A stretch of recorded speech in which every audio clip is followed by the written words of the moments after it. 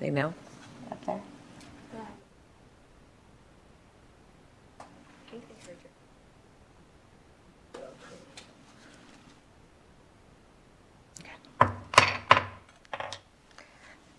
Good morning and welcome to our first meeting of the Joint Interim Committee on Education. Ms. Rowe, would you please call roll?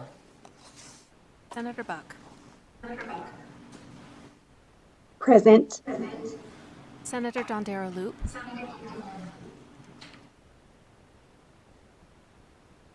Senator Lang.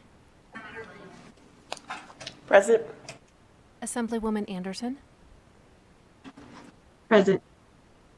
Assemblyman De Silva. Here. Assemblywoman Hanson. Here. Assemblywoman Hardy. Chair Bilberry Axelrod. And I am here. And if you would mark Senator Dondero Loop and Assemblywoman Hardy here when they arrive. Just for the public, we have a lot of people, a lot of members on Zoom. We are having bad weather both down here and up in northern Nevada. So in the interest of keeping people safe, if they needed to Zoom, that's what we did. So welcome. At this time, I'll take a few minutes and allow members to introduce themselves. We'll start in Vegas, and I will turn to my right with Vice Chair Lang. Good morning. I am Vice Chair Lang, and I represent Senate District 7 in Las Vegas, which is by UNLV, and then goes all the way east. And during the session, I'm the chair of Senate Education, and I'm just happy to be here to talk education. Thank you. And to my left, I have Assemblyman De Silva. Thank you, Madam Chair. Good to see everybody this morning. My name is Ruben De Silva. I represent Assembly District 28, East Las Vegas and parts of North Las Vegas. I'm a high school history teacher at Rancho High School, which is within eyeshot of here. I can actually see my school from this building. And I'm very happy to be here with you all and looking forward to the issues at hand. Thank you. On a clear day, you can see your high school. Can you see it today? Football field. Okay. Next, I will go to Senator Buck. Thank you so much, Madam Chair. I'm Carrie Buck, and I represent Senate District 5 over here in Henderson. Thank you so much for having me today. Thank you. And we will go to Assemblywoman Anderson. Thank you, Chair. My name is Natha Anderson, and I represent District 30, which is basically Truckee Meadows area, Sparks, a little bit of Reno. I also am a teacher, civics, as well as creative writing. And thank you so much for allowing me to be on this committee. And Assemblywoman Hanson. Good morning from snowy northern Nevada. It's nice to see you all. I'm Assemblywoman Hanson. I represent Assembly District 32, which covers 6 counties here in the northern part of the state, from Washoe all the way over to Elko.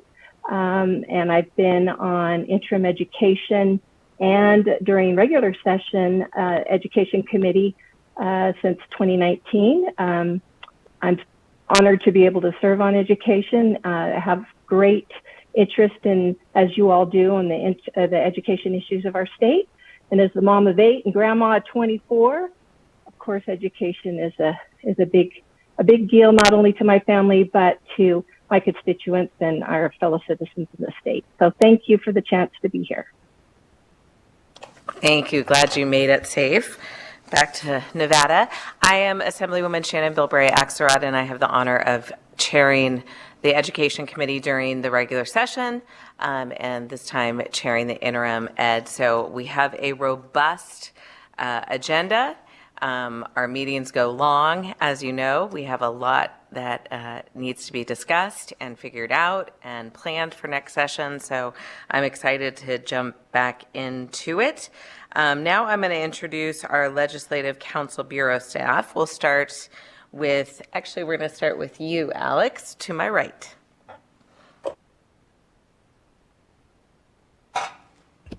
Thank you, Chair. Alex Drozdoff, Committee Policy Analyst for the record. This is my second interim with the committee, and I'm very excited to be back. Thank you. And to my left, we have our committee counsel. Sorry, I can't speak today. Asher Killian. That's not good, by the way. I'm going to have to do some warm-ups. Thank you, Madam Chair. Asher Killian. This is my first interim as legislative counsel, but thankfully not my first interim serving the Interim Education Committee as committee counsel, and I am excited to continue to assist you in any way that I can. Thank you, and we will head to Carson City. We have Jen Sturman Gaynor. Would you like to introduce yourself? Thank you, Madam Chair. Jen Sturm Gaynor, Committee Policy Analyst. I'm happy to be here. I've been staffing the Committee on Education since 2016. Thank you. And we have up there as well, I say up, but north, Cameron Newton. Thank you, Madam Chair. Cameron Newton. I'm part of LCB Legal. This is my first interim period. So this is also my first interim with the Education Committee, and so I'm looking forward to working on the issues this committee addresses this interim. Thank you. Thank you so much. And we also have a fiscal analyst, James Malone, if you want to say a quick hello, James. Thank you, Madam Chair. James Malone, I'm a Principal Program Analyst. This will be my first interim with education. Looking forward to assist. Thank you. And our committee secretary is Crystal Rowe, but I understand you don't want to introduce yourself, so that's fine. Everyone just look at her and wave. Okay, before we begin, I'd like to cover some housekeeping reminders for the members. It's been a minute, so we got to get back into practice. And for those who are here to provide testimony, please set your electronic devices to silent. When speaking, identify yourself for the record each time that you speak. When testifying, turn on the microphone on and off each time you finish speaking. Sign in at the table near the entrance at each location, even if you do not plan to testify. Meeting materials received prior to the meeting have been uploaded to the committee's webpage. You can receive electronic notification of the committee's agenda, minutes, and final report by signing up at the Nevada Legislature website. Members, if you are attending via Zoom, please keep your video turned on during the entire meeting so we can ensure we have a quorum. Mute your microphone when you're not speaking to minimize background noise. Finally, please note that the committee meeting, the Zoom chat feature is only to be used for technical assistance from our broadcast production services. I will take a 30-minute break for lunch somewhere around noon. Okay, with that, let's get started with public comment. Public comment may be provided in several different ways, including person, phone, email, mail, and even a fax. Detailed instructions to provide public comment are listed on the meeting's agenda. Public comment is limited to 2 minutes per speaker. An additional opportunity to make public comment will be available at the end of the meeting. LCB broadcast and production services staff will interact with those making remote public comment and provide testimony to facilitate in this meeting. I will begin with those wanting to make public comment here in Las Vegas. Is there anyone wishing to make public comment in Las Vegas? So, okay, we have Gil is approaching. Anyone else, if you want to fill those chairs? Otherwise, please begin when you are ready. Hello, Chair, Vice Chair, members of the esteemed committee. My name is Gil Lopez. I'm with the Charter School Association of Nevada, here representing a little over 67,000 students here in the state of Nevada. We're very excited to have the presentation by the Charter Authority today. It's going to showcase a lot of the gains, a lot of the achievement that we had during the last couple of years. So we're very excited about showcasing that to the state and all the great things that our public charter schools are doing. Second of all, we're very excited to have Director McAdin at the reins of the Charter Authority. She's going to be following the great work that Director Fiden laid and all the foundation that she put to have the great achievements that we've had. And then finally, I will reach out during the spring semester, hopefully we can get you, some of our legislators to visit the schools that are in your district and see firsthand all the great things that they're doing. So thank you very much, and happy rainy day and snowy day up north. Thank you very much, Mr. Lopez. Anyone else in Las Vegas? Not seeing anyone coming up. We will go to Carson City. Is there anyone in Carson City wishing to make public comment?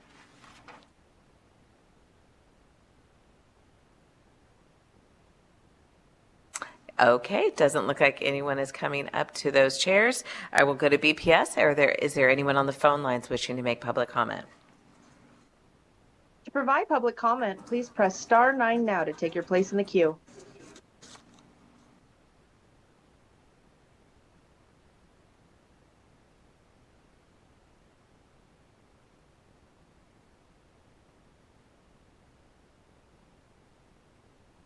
Good morning, Chair Bilberry, Axelrod, and committee members. Kent Irvin, ERVIN, for the Nevada Faculty Alliance. I've submitted my full comments in writing to the committee, and we look forward to Chancellor Carleton's presentation on NSHE. The NFA is the Independent Association of Professional Employees of the Nevada System of Higher Education. We work to empower our members to be fully engaged in our mission to help students succeed. As you select topics for deeper review during this interim period, please consider the following. First, the tragic shootings and fatalities at UNLV on December 6th made apparent deficiencies in campus safety. Committees at NSHE and the institutions are studying safety issues and will make recommendations. We ask legislators for support when the time comes for NSHE to request financial assistance for safety infrastructure improvements. Second, the AB 493 Committee on Higher Education Funding has started its work to examine NSHE funding structure and formula. That's a big task. AB 493 contained no provision for bill drafts requests, though, so you may need to act to ensure that the funding committee's recommendations are considered during the 2025 session. Finally, given the potential for new funding formula recommendations and voters' approval of removing the Board of Regents from the Constitution, the legislature will need a higher level of engagement with and oversight over public higher education in Nevada. NSHE is a large and complex part of state government, and the education committees already have a huge workload with K-12 issue, as is evident from today's agenda. We recommend that a standing committee or subcommittee on higher education be established in each house so that sufficient time and effort can be focused on improving higher education in Nevada. Thank you. Thank you, Mr. Irving. And this is the first meeting that we've had since that tragic day at UNLV. So once again, horrible day, and I appreciate you bringing it up, and we'll talk about safety. We do, just for the record, today we have our agenda, but we will be talking about higher ed as well, as we have full agendas coming up. So thank you very much. BPS, are there any other callers? Yes, Chair. Caller, you are unmuted and may begin. Hi, good morning. My name is Chantel Marshall. For the record, I'm the Vice President of the Nevada Faculty Alliance, and I want to reiterate the comments made by my colleague Kent Irvin, specifically about the creation of a new interim committee on higher education. As an educator at Nevada State University, with a partner who is a CCSD teacher at a Title I school, our conversations around education are very good to have around the kitchen table, but it's very clear that our needs for the two systems are very, very different. They should be definitely speaking to each other in terms of preparing our CCSD students for higher education. But right now, having the two systems under one umbrella of education and legislature is just a lot. I'm sure you would appreciate a shorter agenda, since you just mentioned how long your agendas are. And I just think it's important to realize that the needs of the Nevada system of higher education are very, very different, especially if question 1 passes and we are under the guidance of the Nevada legislature. Thank you so much. Thank you. Next caller. Chair, the public line is open and working, but there are no more callers at this time. Thank you very much. And we will have another public comment at the end of the meeting. So if you didn't get in, we will have another one. Today, staff will provide an overview of the committee's duties and responsibilities for this interim. Ms. Stern and Ms. Drozdoff, please begin when you're ready. Thank you, Madam Chair. Jen Sturm Gaynor, Committee Policy Analyst. And before I begin, I'd like to remind the committee and members of the public that as staff of the Legislative Council Bureau, we serve in a nonpartisan capacity and can neither advocate for or against any proposal that comes before the committee. I'm happy to be here today with my colleague, Ms. Drozdoff, who is in Las Vegas, to go over the committee brief, which has been uploaded to the committee website and is available in both meeting locations. The brief provides information on the Joint Interim Standing Committee on Education, including its membership and staff support on page 1. The powers and duties of the committee are outlined on page 2. And one thing I wanted to highlight here is that the committee may request up to 10 bill draft requests for the 2025 session. The tentative meeting dates are also outlined on page 2. Any changes to these dates will be reflected on the committee's website. On page 3, we've listed the mandated committee activities this interim. As you can see, the committee is required to study several topics, including hearing reports on charter schools, accountability, and school funding topics, and studying pupils, higher education, and educational personnel topics, including the appointment of members to the Nevada State Teacher and Education Support Professional Recruitment and Retention Advisory Task Force. And that is something the committee will consider later today. Each of these mandated activities include a reference to the relevant statute or enacted legislation requiring the topic.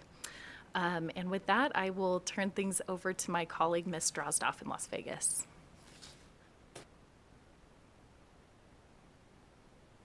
Thank you. Alex Drozdoff for the record. So in addition to the mandated activities, this committee may also consider issues relating to accountability, early childhood education, and school personnel, among other topics. Other resources that may help the committee complete its work are the education-related reports that multiple entities are required to submit.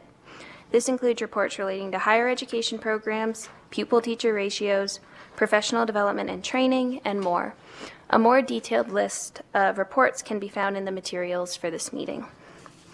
Additionally, this brief includes a short description of several of the K-12 and higher education entities in Nevada, including the Commission of Innovation and Excellence in Education, which was implemented in the 2023 session via Senate Bill 425, and the primary sponsors of the bill are both members of this committee, Senators Dondero, Loop, and Lang.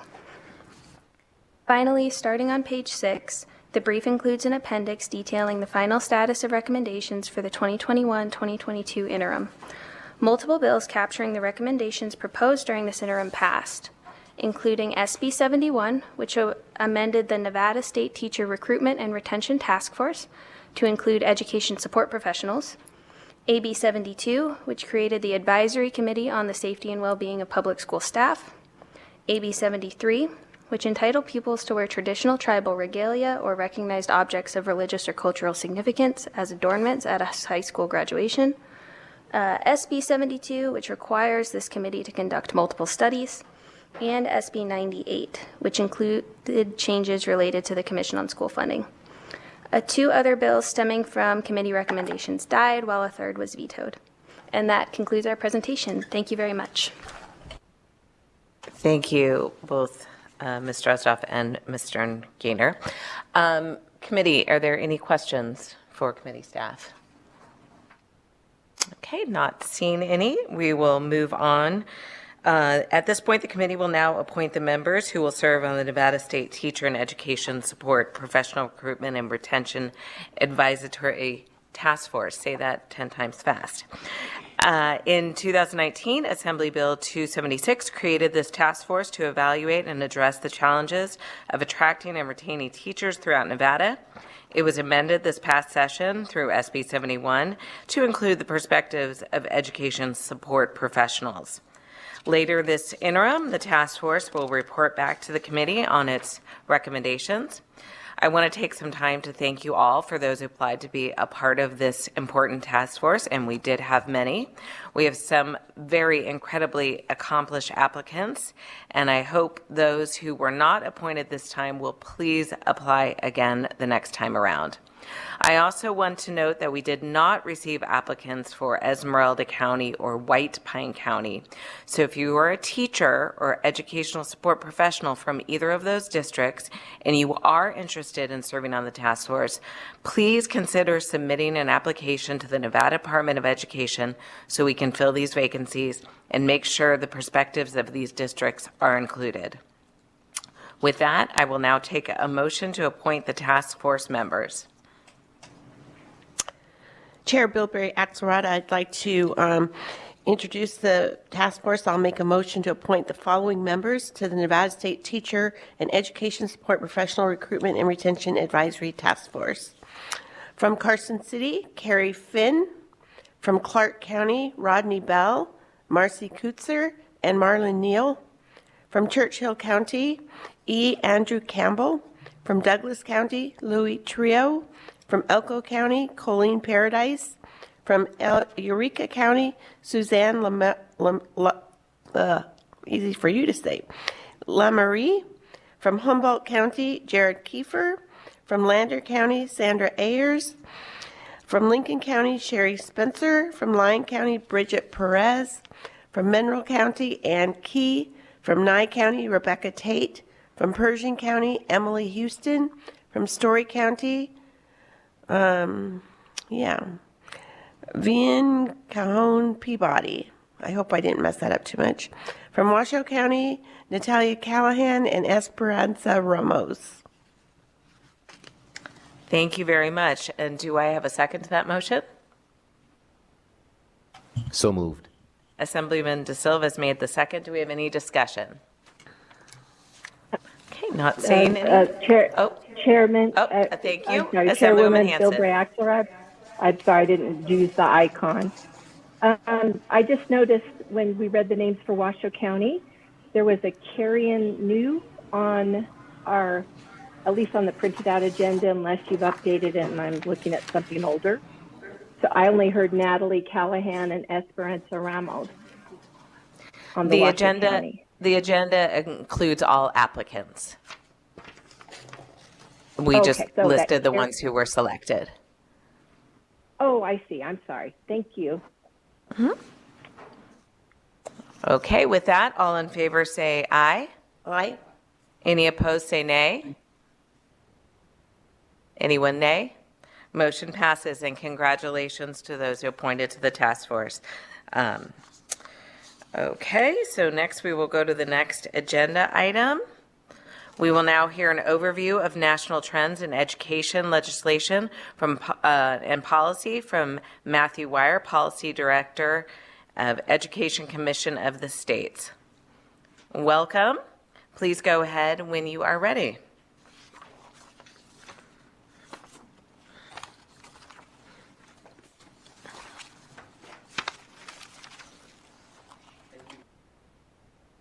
Thank you, Madam Chair and members of the committee. I just want to verify that my slides are visible. Okay. All right. I hope everyone's doing well on the first day of Super Bowl week. It's very exciting to be here. There's a lot of energy. As Madam Chair introduced, my name is Matt Weir. I'm a policy director at the Education Commission of the States. I've got a background. I've been with ECS for 5 years. Prior to that, worked for the National Conference of State Legislatures, so I've been down here a couple of times before. It's great to be back. And I think most importantly, I was a kindergarten teacher for a long time in Denver Public Schools, so I really love this work. At ECS, I primarily focus on grades age 3 to grade 3, so the early childhood space. I'm joined by my colleague, Gabriela Rodriguez, who's in the audience. She's your state relations liaison to Nevada, so please reach out to her with any questions. I know she's eager to meet folks on the ground today. So, kind of going low tech with the paper here. Education Commission of the States, I'll go through this pretty quickly for those who are unfamiliar. We are a national education policy organization that's been serving state policymakers in all 50 states and DC for nearly 60 years. We're nonpartisan, unbiased, and cover the full spectrum of education issues, from early care and education through post-secondary and the workforce. We believe in the power of learning from experience. Using what we know about state trends and approaches from across the country, we aim to help policymakers make informed decisions about what might work in their states. We do this in a variety of ways, through research, publishing reports, hosting convenings, and providing counsel. We research and report on trending education topics and are often invited to talk with groups just like this one to share how states are approaching challenging education issues and offer ideas to consider. So without further ado, I will hop right into our presentation. We're really grateful for the opportunity to be here to present today on legislative trends from around the country. And being that we're relatively new into 2024, a lot of these trends are pulled from 2023, but we are folding in as much new stuff as we're seeing in the first couple months of 2024. So at ECS, we track state education policy for all 50 states plus the District of Columbia. As I mentioned, we cover a wide range. This includes over 40 educational topics. And the primary method for identifying these trends comes from our state bill tracking. We read almost every single education-related piece of state legislation, that number's in the thousands, and we provide summaries for all the bills that are either enacted or vetoed. And you can follow those on our state education policy tracking tool, which is at ecs.org. We also have an instructional video if that's of interest. So from our analysis, the top trends from 2023, and this might seem a little obvious at first, but we'll definitely dive in and provide some state examples here. Teaching, really excited to see that advisory task force. I think there's a lot to uncover. K-12 funding, as well as student health. We also tracked a significant amount of activity around career and technical education and workforce development. And then my personal favorite, where I work a lot, is in early care and education. So in 2023, we tracked summarized over 1,100 bills that were enacted and vetoed across the country. And just to add, we also put tags on the other thousands of bills too, so you can find those in our database. So the first trend I want to unpack a little bit is around teaching. Obviously, this has been a focus of state policymakers and continues to rank as the top issue year over year. We know that teacher quality is the most important factor in-school factor influencing student achievement, so it's very much worth the attention. You'll see on this slide, this is through the end of 2023, we tagged and summarized 167 enacted teacher-related bills across 37 states. So as legislators work to strengthen the teacher pipeline, we've seen policies that address three components. The first is certification and licensure. The next is recruitment and retention.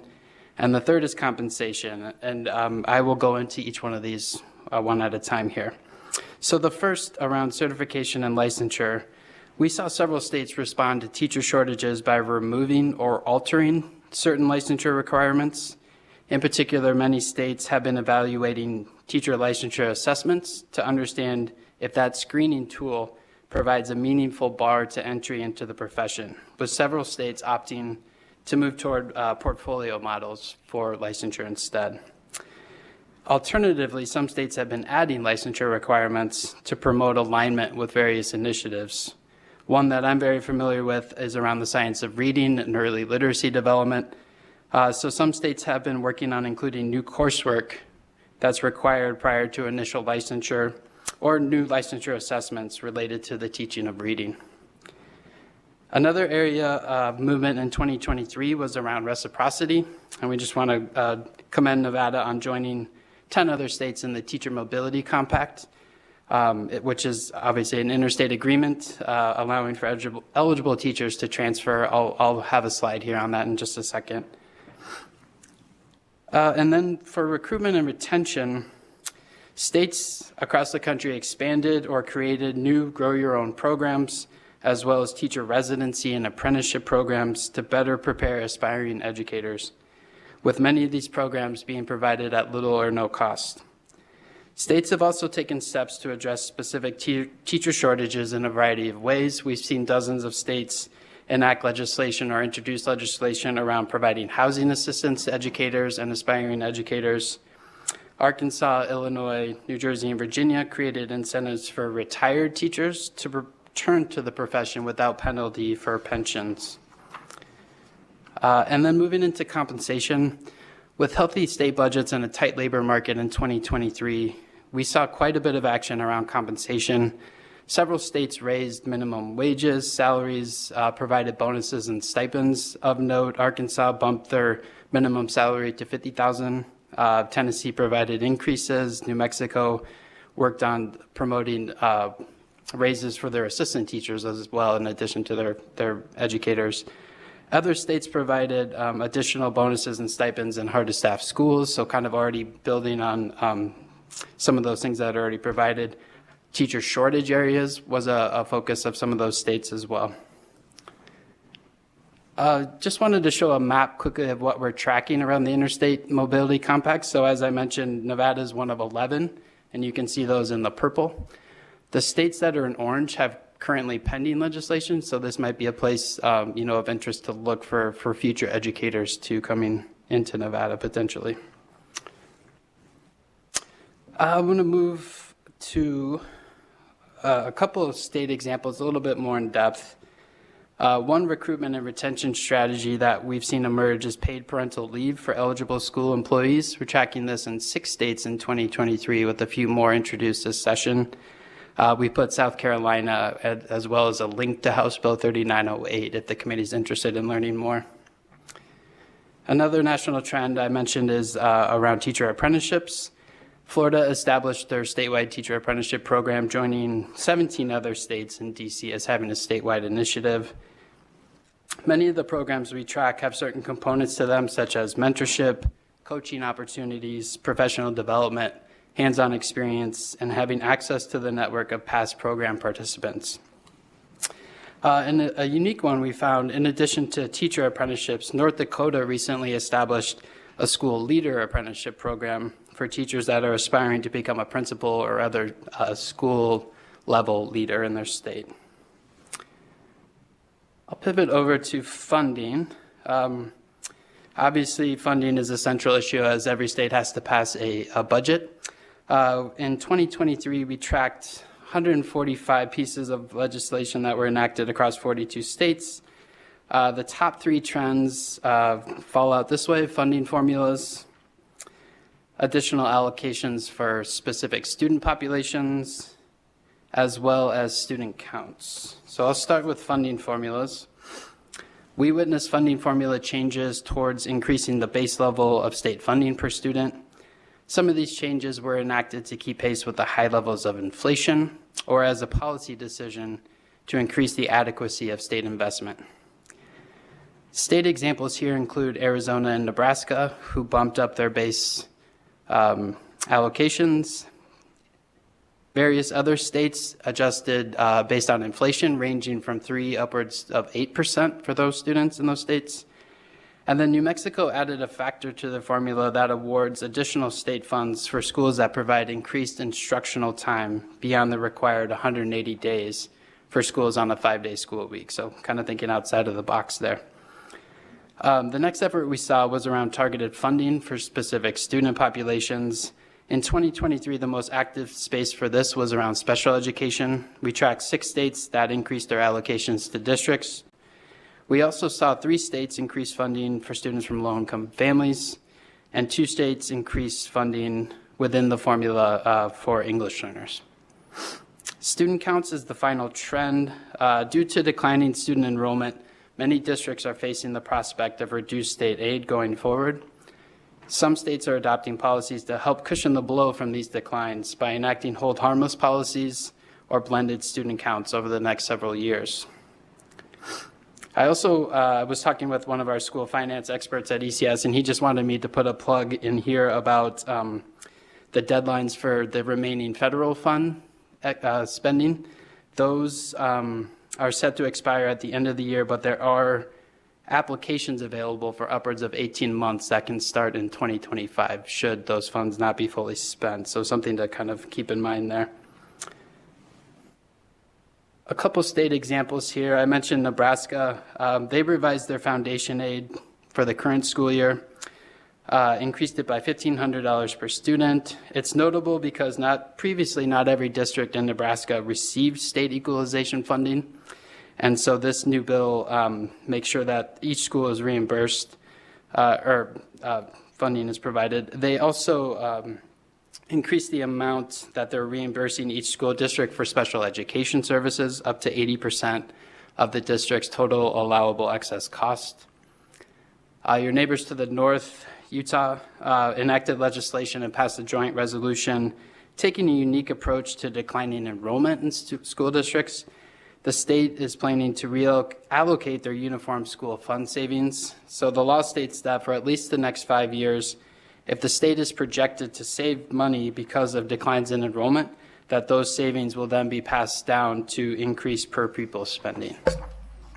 So rather than just decreasing the overall state aid for school, those funds are being reallocated and making sure that that money goes towards students. The final kind of high-level trend we saw in 2023 and into 2024 was around health and wellness. So these include policies to address student health and wellness. We tracked and summarized over 140 bills across 35 states in 2023 and are seeing plenty more in sessions this year so far. So those trends include mental and behavioral health, providing focus on nutrition in schools, so lunches and other meals, and then expanding access to health services. So we know mental health and wellness are a critical part of students' overall health and their educational achievement. It's a factor in that and their success. So a couple of state examples here. Illinois enacted Senate Bill 1709, which requires the Department of Human Resources to partner with the Illinois Board of Education, which is the state's education agency, to increase the provision of mental health care during school hours. In Louisiana, students are now allowed to be absent for up to 3 days in a given school year for mental and/or behavioral health reasons.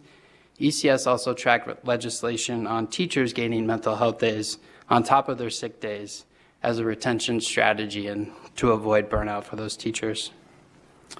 For nutrition, we saw several states passing legislation here. New Mexico established a universal school meals program to provide one free breakfast and one free lunch, joining 8 other states in that effort.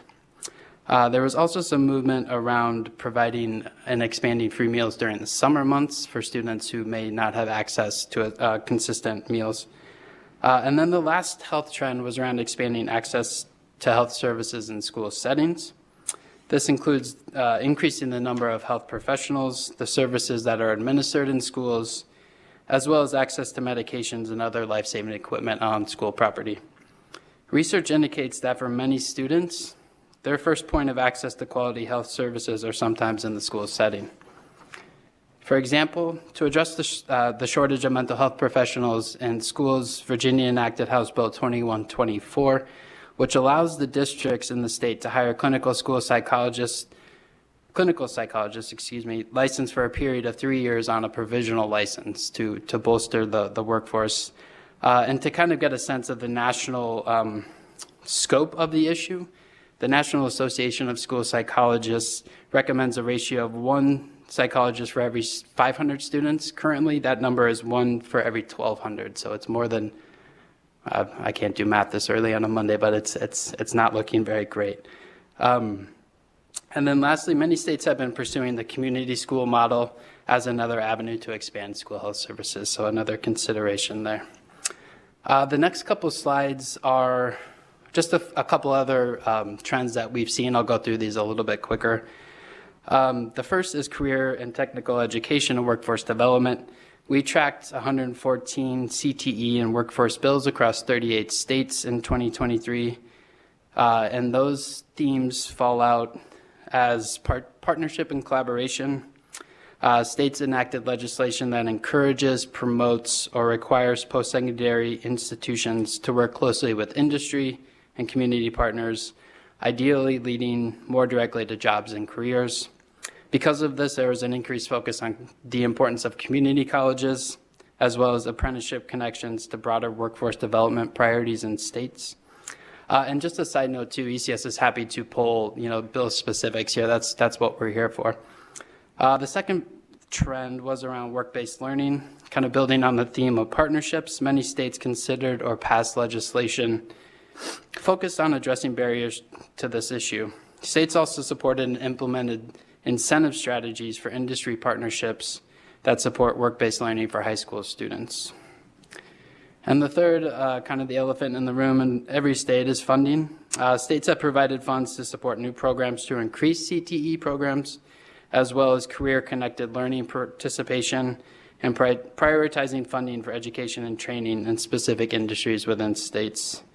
And ECS just wanted to note, too, that this looks different in every state, depending on kind of those high need or high demand jobs, different sectors. Obviously, Nevada might have different ones than your neighbors. The last trend is my issue, and definitely happy to follow up offline on early care and education. We tracked and it summarized 83 enacted bills that kind of met the main criteria in 2023. We're seeing over 400 thus far in 2024 that have been introduced across the country, so there's a lot of activity in this space. The maybe a very obvious one is around the science of reading.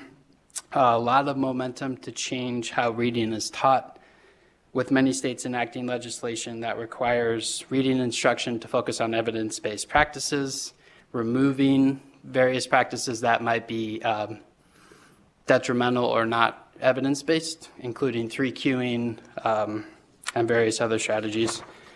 So some of the strategies we're seeing enacted include requiring school districts to adopt curricula aligned with the science of reading and requiring the Department of Education to develop guidelines to integrate those principles into teacher prep, as well as on-the-ground professional development.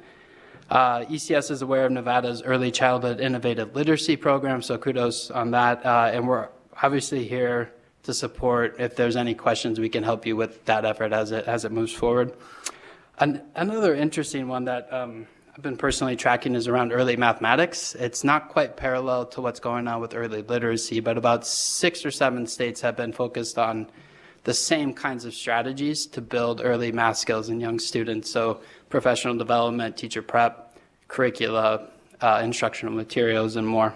So it might be something to watch there. Another one, access to childcare and pre-K. Several states have been working, at this for years, always trying to add more slots and do that in a targeted and equitable way.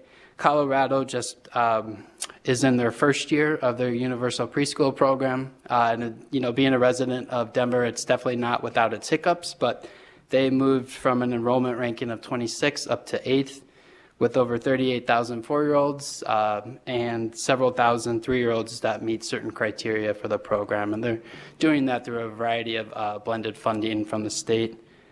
And then just kind of an emerging one, I have a different slide deck here, apologies, is around addressing childcare. So ECS is kind of moving into some of the younger grades or ages around early intervention, early childhood special education. But one place we're really trying to focus is looking at childcare as an educational environment and adding that to the spectrum of issues we cover. We've seen that almost all states looking at resetting subsidy and reimbursement rates to make it more affordable and accessible for families, as well as reforming zoning regulations and studying their state's unique context for improvement and efficiency. So a lot around governance and finance. States are enacting several study committees with that as well. Some other trends we're seeing, the emergence of artificial intelligence. We're tracking a handful of states that have study committees here. Let's see. So we know technology is something that can affect a student's ability to learn and has been a common trend, but it has been something developing, I'm sure everyone knows, much more rapidly in the last year or two with the emergence of AI in school settings. So states have been monitoring this closely and continue to discuss the implications it has for achievement, health, and well-being. States are also, as was mentioned prior to me coming on, looking at post-secondary affordability and a focus on the higher ed space as a place to drive workforce development and make sure every kid has what they need post-high school. And then just lastly, school choice continues to be a consistent trend. It's definitely spreading around the country. States continue to explore ways and expand opportunities for parents to choose the best option for their student regardless of their zip code. Just a couple of weeks ago, ECS updated our 50-state comparison on school choice, capturing everything up and through 2023. So that is on our website as a resource for you. So I'll close just quickly with the State of the State addresses every first quarter of every year. We comprehensively analyze every state's governor's speeches for education mentions. And through Friday of last week, we had 26 governors, so over half the states put into our database, and we'll be releasing a resource on this in March. So from this slide, you can kind of see the mentions of those topics. So just to kind of give, I'm not sure what the word, but just those topics that I brought up today have all been reinforced through governor's speeches thus far. I know Nevada's governor is not making comment because you're not in session, but you can see again K-12 finance being a top one, teacher staffing, post-secondary affordability, career and technical education and workforce, early care and ed, and health. So just to kind of reinforce those issues as some of the major trends we're tracking. And that is all I have. I'm happy to take questions if that's for right now, but just with the caveat that I cover most of our early care and education, and I can definitely refer questions to my colleagues back in Denver to follow up with more specifics. Thank you. Thank you. I do have a couple questions, but I'm going to start with members. I know Assemblywoman Anderson, you had indicated that you had a question, so please go ahead. Thank you, Chair, and thank you for the presentation. Really interesting information. I actually have 3 questions, if I may ask, but I'll make them really quick, I hope. My first question has to do actually with the information that you gave that had to do with getting more people into our profession. In particular, I was wondering if there's any other states that utilize what we did with AB 428, which was, I believe, only specific at this time to Clark County, but that was trying to get high school students to be able to get academies into our profession of education. So I was just wondering if there's anything similar to that in any other state. That's number 1.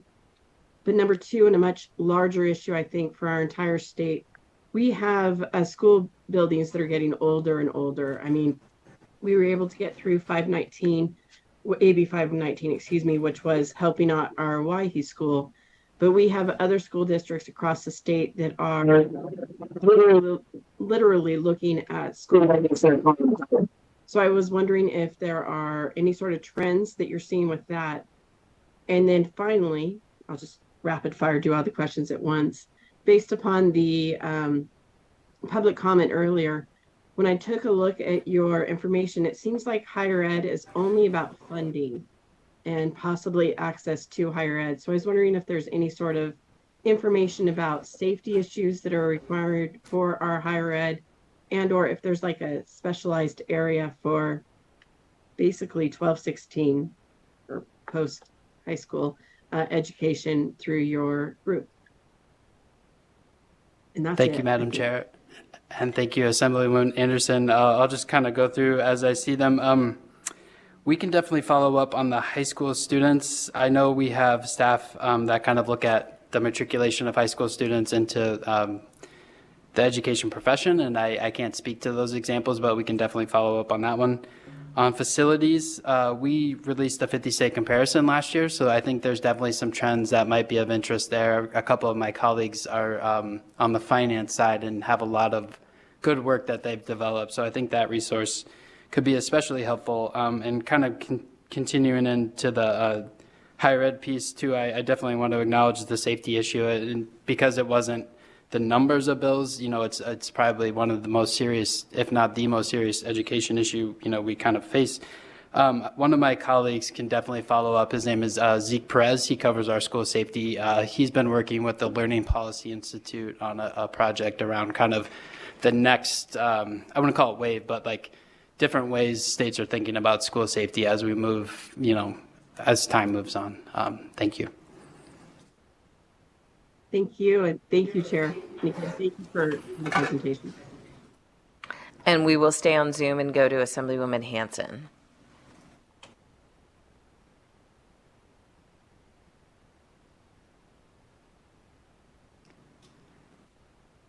There we go. Sorry about that. A little rusty on Zoom.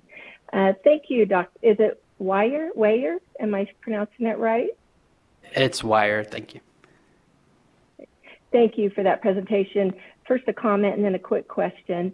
Thrilled to hear about one of the national legislative trends is that under early care and education, the idea of going with the science of reading as evidence-based and removal of 3Qing and those sorts of things. So I'm excited to see maybe that we're moving in that direction in a lot of these legislatures and hopefully in Nevada. And then under the national trend of teaching, you mentioned that compensation, of course, was an important one, and that due to the surplus in a lot of the states' funds, in a lot of the states in 20, I think it was 22 or 23, that I'm assuming that there was compensation for teachers. And I don't know that you would have this, but if maybe I could request it. When we look at the compensation of other states with their teachers and their pay, do other states delineate between traditional public school teachers and their compensation and public school teachers that are in a charter school setting? Just wondering if they saw increases in their pay in the public charter school space with their teachers and with their traditional teachers.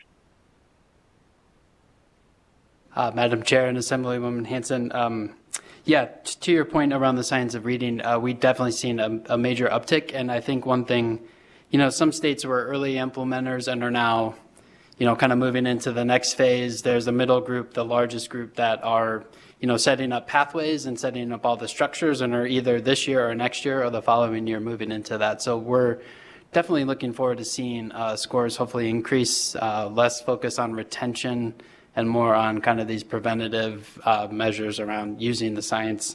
For your question on teacher compensation across public and charter, I'm definitely happy to kind of kick that to our policy team and we can get you a written memo likely by the end of the week. I don't know the team's capacity, but ECS is here to act as kind of a quick resource for you all and we can put together something. And if you would have them get that to our committee and then we'll get it out to our members. Any other questions? Thank you. No, thank you very much. Thank you. We will come to Las Vegas, Assemblyman De Silva. Thank you, Madam Chair. And thank you, Mr. Wire, for that great presentation.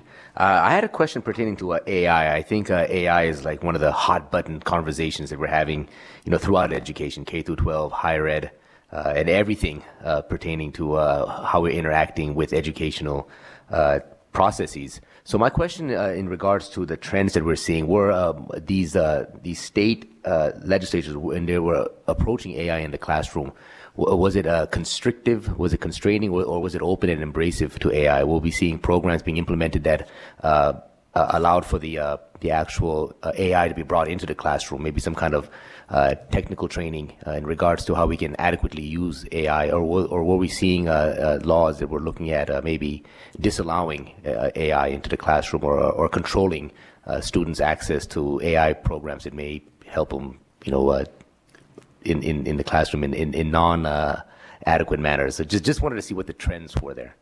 Thank you. Madam Chair and Assemblymember De Silva, One thing I think we've seen is just a handful of states introduce study committees. So I don't think they fully made their decisions around whether it's going to be kind of a restrictive or, more expansive. I think they're really exploring. I think we could probably put together a memo for the committee around those handful of states.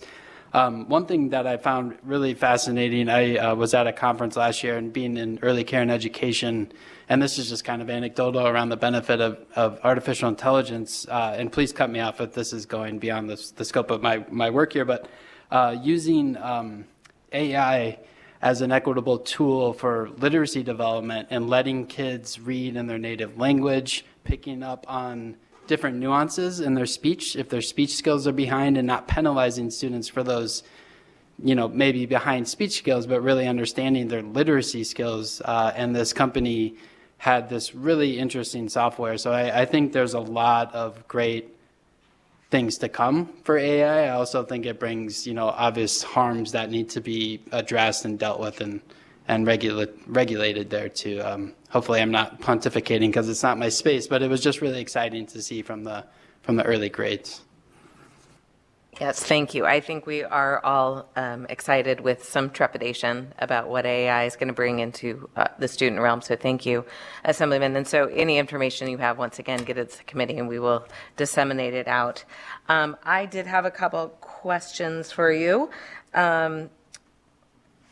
You mentioned in the part of your presentation about licensure, used the term portfolio. I was hoping that you could kind of expand on what that looks like.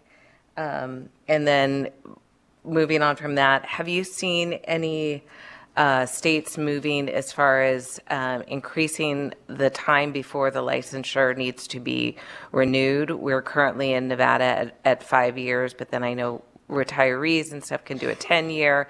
I didn't know if you had any data on that. And then I will ask you another question about, you mentioned homegrown. I was wondering if you had any data about what that looks like. And I think that is it. Thank you, Madam Chair. I'll try to click through these questions here. I will definitely connect around, these sound like all teacher-based questions. We have a great staff of about 3 or 4, kind of an internal working group at ECS that really tries to stay on top of these. I will say for the portfolio, I think as it relates to some of the work that I see in kind of the early spaces, instead of passing like the praxis or something, which can, has some equity considerations around the approachability and accuracy of how well it screens teachers. I think states, in the portfolio sense, try to bring in different ways to demonstrate proficiency, whether that might be something, through a demonstration or coursework or grades. But I can definitely follow up on that. And the same around the renewal times. Whether that, do you have a bill that we could reference, or is this just okay? Yeah, no, we're just, obviously, as a lot of states are, but we're dealing with not only getting teachers here, but the retention. And so that kind of brought it into the homegrown. We know anecdotally that usually teachers who are from Nevada tend to stay in Nevada, but we don't have that empirical data. And I was wondering if you guys did have that. Thank you, Madam Chair. We can look at the homegrown. Maybe we can follow up for some more details about the specific question within there too. But what I'm hearing is you're asking about just state level data on where those like the placement percentages and things of that nature. Is that correct?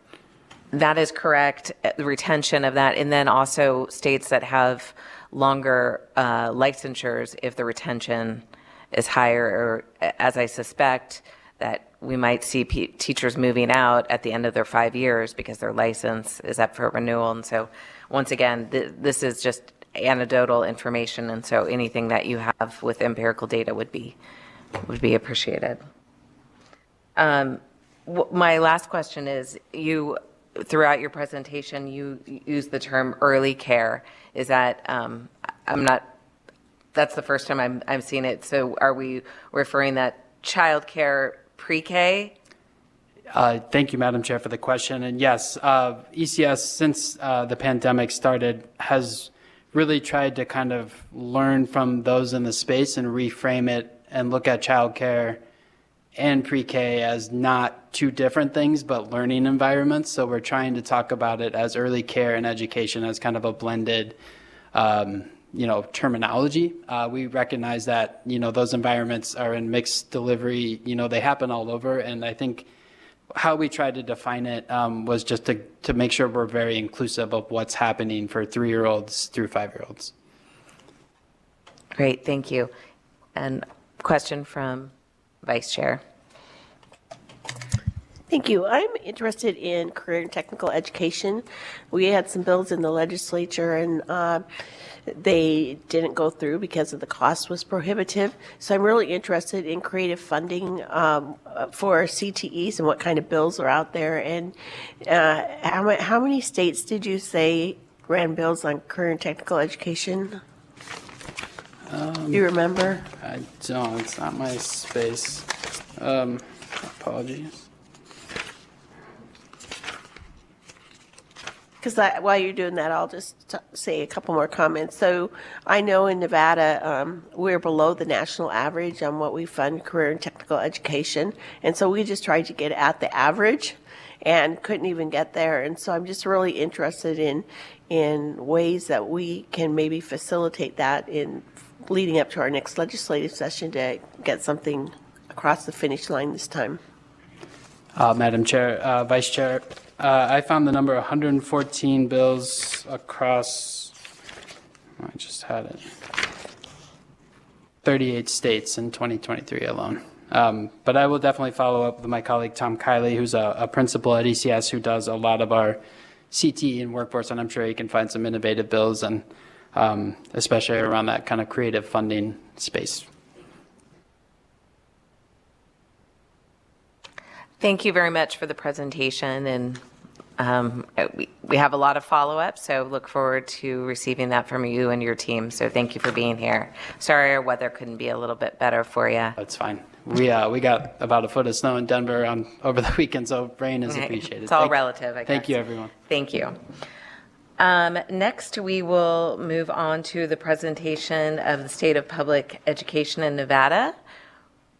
We have Joan Ebert, who is the Superintendent of Public Instruction for the Nevada Department of Education, and team.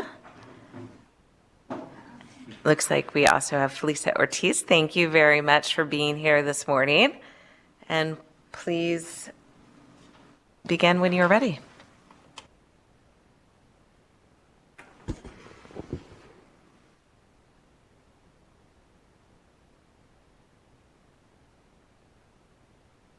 Good morning, Madam Chair, Bilbray Axelrod, Vice Chair Lang, all of the committee members. It is so wonderful to be able to see you this morning, be here in person, then also up north.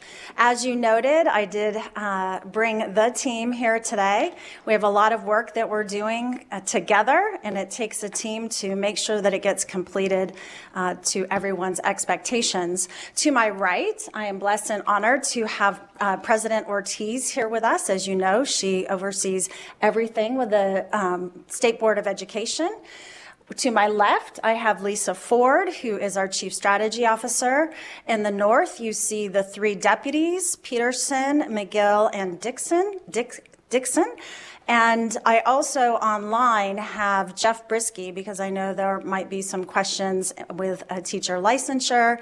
And then Craig Statuki, who is an amazing human being. As you know, during the legislative session, he stepped up to serve as an interim deputy superintendent. And so we're glad that he is here with us today as well. So this morning, I am going to dive deeply into many aspects of what passed during the legislative session. You see our mission statement, diving in, our objectives, keywords to the presentation. But specifically this morning, we're going to talk about 7 bills. And I know you may have questions about other bills, because if we go to the next slide, you see all of the bills that were passed relating to education. And that's probably in a 3-point font, as you can see. We're really excited excited with all of the work that has transpired. On this slide, I will call out 428, AB 72, which was mentioned earlier.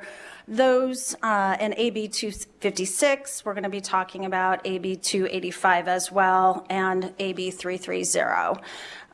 These bills all have various points and various pieces of lift for the Department of Education as well as the school districts.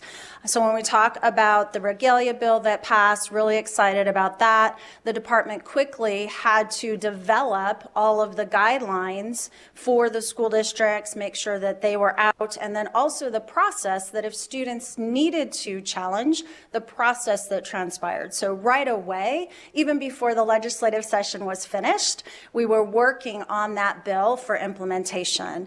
As I speak through other components of the bill, there's work that has been completed, but there is still work that needs to be done. So I will go through those pieces with you this morning. Definitely looking forward to the questions that you may have and as we move forward through all of this work. Overall, funding and accountability, early childhood education. I loved hearing the questions already with our colleagues from the Education Commission of the states. I will also commend the legislature when he talked about all of the pieces where states are leading. I could tick off where this legislature has been and is already looking toward those pieces. So that was exciting. As you can see, we will be talking about school safety, restorative justice, teacher recruitment and retention, which is extremely important, career technical education, work-based learning, curriculum instruction, and standards. This morning, I was really pleased to walk into the room and see Senator Mo Dennis because the funding formula, I don't think we can emphasize enough the change in the funding formula. 54 years it took us to get where we are today. And in 2019, during the legislative session, you all passed the bill. Your amazing LCB chief there, Asher, was phenomenal. I sat at the table an hour and a half before session ended, and the bill passed 90 seconds before the end of the session. It didn't really become fully realized during the 2021 session because of the pandemic. But during the 2023 session, we were blessed and honored to have the funding run as intended and as built. Fully funded all of the weights, as you can see on this slide, are English language learners, over $4,000 per student, which is extremely exciting, as well as the other categories that are there. The legislature, thank you very much, also added additional funding for our special education students as well. A total of $2.6 billion that was invested, and I use that word intentionally. This is an investment into our future, and I'm thankful for all of the work that everyone has put into making this happen. We also have a rainy day outside, but as noted, the rainy day fund for education. For many, many years, education was part of the normal budget cuts, and so we were competing with other entities. And again, starting with PK-12, we need to be able to know that there's consistency in funding across our state, and the funding formula built exactly that. Out of AB 400 and Senate Bill 98, and both of those bills, was the requirement for the State Superintendent of Public Instruction to develop metrics in mathematics, English language arts, looking at college and career-ready courses, and others. And so with the governor, we announced acing accountability in September and those metrics. We actually started meeting with the superintendents during the legislative session as the bill started to move through and talk about, what the metrics are. We definitely did not want to add any new assessments. We have enough assessments out in the field. So how are we going to use those assessments, and how are we going to measure progress of our students moving forward. And there's two pieces, not only proficiency. Proficiency is extremely important, but we know where our students are today. And so how do we honor their growth, their movement forward? If a student is in third grade, but they're attaining proficiency at a first grade level, how do we honor that if they gain 18 months of learning in one school year? That's massive, and that needs to be captured and honored as well. So with acing accountability, there are the components in mathematics and English language arts where we ask for proficiency gains as well as growth gains. We're also measuring teacher retention and recruitment in our school districts. Those metrics are extremely important. Having a fully high potential, high quality educator in every single classroom is critical to the success of all of our students, also noted earlier, and that's something that you know as well. During the conversations, there was a lot of, superintendent, these metrics, we've always seen them. They've been here for a while. Great. We will now, with these additional funds, make sure that the resources are allocated to those initiatives where we know there is growth and support and being able to move forward. But we want to see a shift in the accountability system. And so in addition to the 5 pieces that are outlined in the acing accountability, we added the innovative metric component. And so that piece, we're working with school districts right now to lean in on what are those other components within an accountability system that school districts can turn to and say, our students are accomplishing, they're going out into, for instance, CTE, they're going out into the workforce, attaining jobs at a higher rate than we've ever seen before. That isn't accounted for right now in our federal accountability, state accountability system for the federal government, but that may be something that we want to capture in the future. And so we will be coming to you and asking for support in changing our accountability system moving forward, and that will require additional funds. The Commission on School Funding. I know you're going to hear from Chair Hobbs in just a moment and the great work that they've been doing and will continue to do.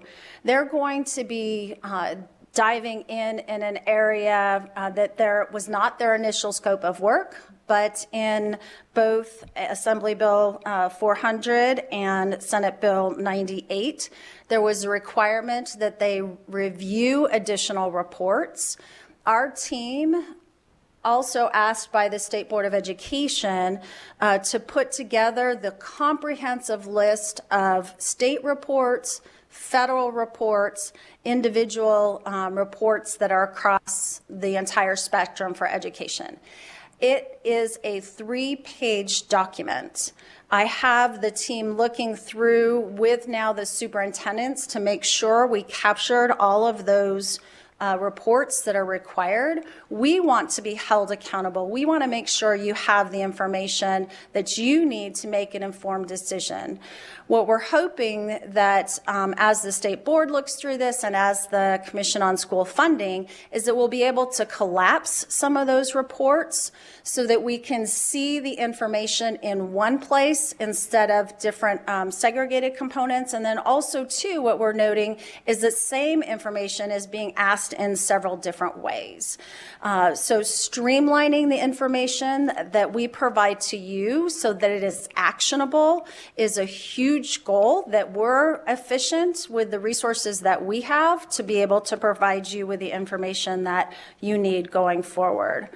The Commission on School Funding, with all of that work, has broken up into 9 work groups that you see on this page.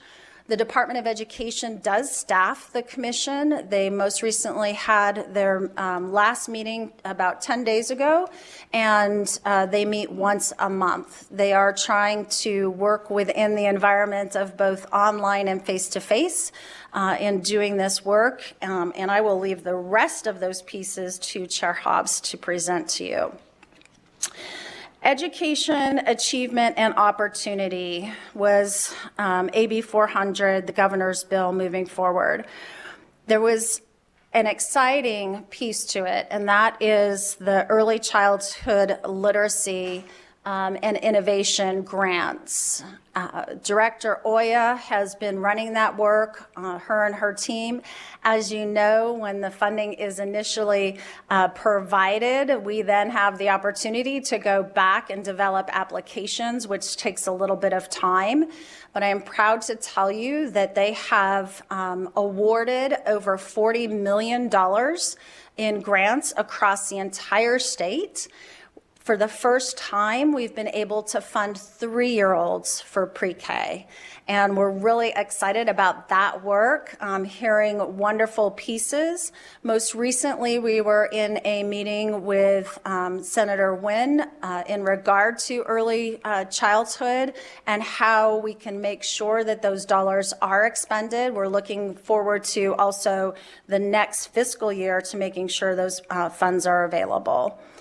In this grant as well is the $7 million for charter school transportation.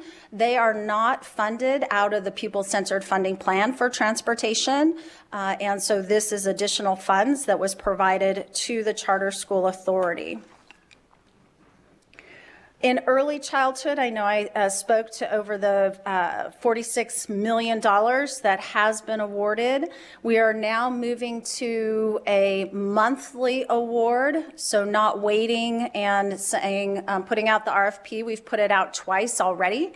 We're going to go ahead and just accept grants as they come in, and then each month we will award those funds until they are expended. With the science of reading, our Read by Grade 3 team is using $6 million out of the ARP-ESSER funds to support early literacy. And there are 4 pieces to this effort, which includes the expansion of the Nevada Press Project, which stands for Path to Reading Excellence and Schools at the School Site. This is in partnership with the University of Minnesota Center for Applied Research and Education Improvement. The course does include the science of reading, which we're very pleased to have. I know I'm going to talk about the listening tour that we've been on this year, but it was really exciting to go visit Urington and the elementary school principal there who had some of her staff participate in the press learning. We've been doing this now for 2 years. She said, can you require all of our staff to take the press training? And I said, no, we're not requiring it at this moment in time, but we do have additional funds, and you absolutely can have your entire staff participate. And so we're looking forward to that.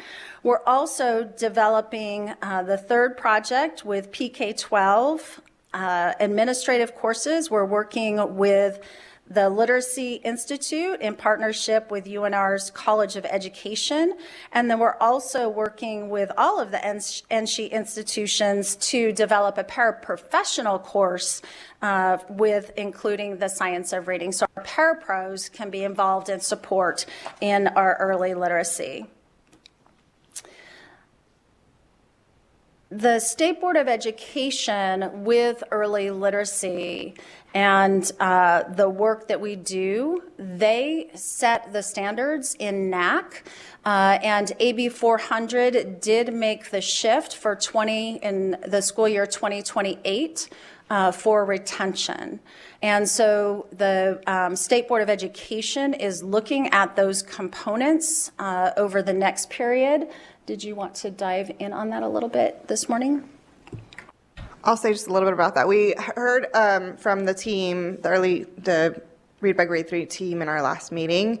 And so we're putting together a subcommittee on the state board to look at what is currently happening, where we are in our literacy plan, and then what is the right method to evaluate whether a student is retained. Our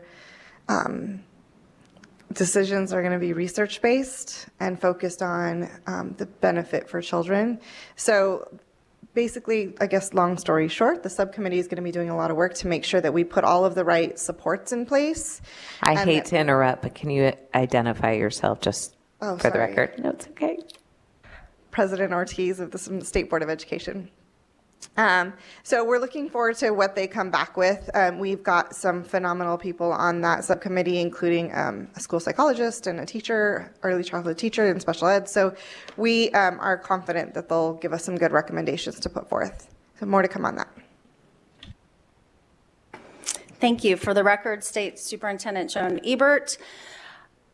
We have the state literacy plan, which is required by the federal government. Thank you for allowing us to do this work, providing the funding. We have selected all of the committee members, which are inclusive. Thank you, Assemblywoman Anderson, for raising your hand and willing to serve on the literacy plan committee. We also have our NC institutions represented, as well as the chancellor of the Nevada System of Higher Education. She will be sitting on the executive committee. We also have State Board of Education members, as well as representation across the entire state.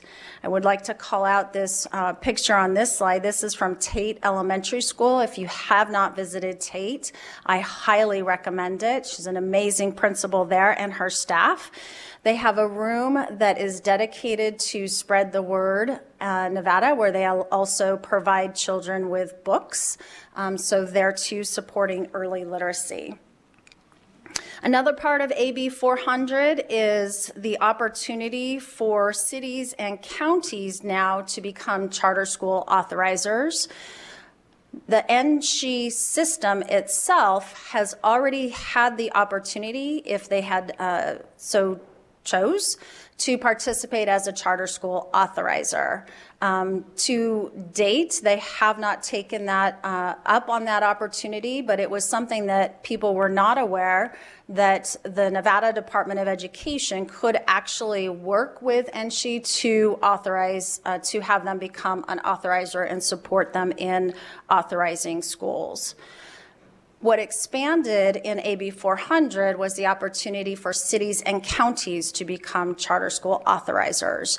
And so this is one of those bills. Well, AB 400 is a very large bill, but this is one of the components of the bill where Lisa has been working, Ms. Ford has been working since its passage with Opportunity 180 and others to develop an RFP process, which we have since brought on a team to work with us.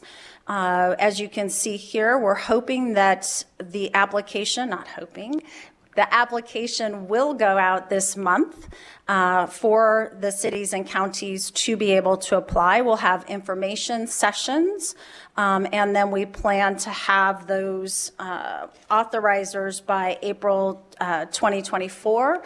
If someone submits an application and it does not go through the process and they would like to have it reviewed again, we will have that available for those that would like to go through that process. AB 400 also included the advancement scholarship. So the first time ever that the state has provided support for those that want to earn their master's degree. Higher education, anyone, eligible candidates must have completed full-time contracted teaching in the Nevada Public School for at least 2 out of the last 5 years, immediately preceding the application. They attend an approved Nevada Educator Prep program, resulting in a master's degree in education or related field. So you can see there that we've allocated $1.5 million at this point in time, and we're excited to see the outcomes there. Work-based learning, AB 256, which is related to a few areas, include an incredible program.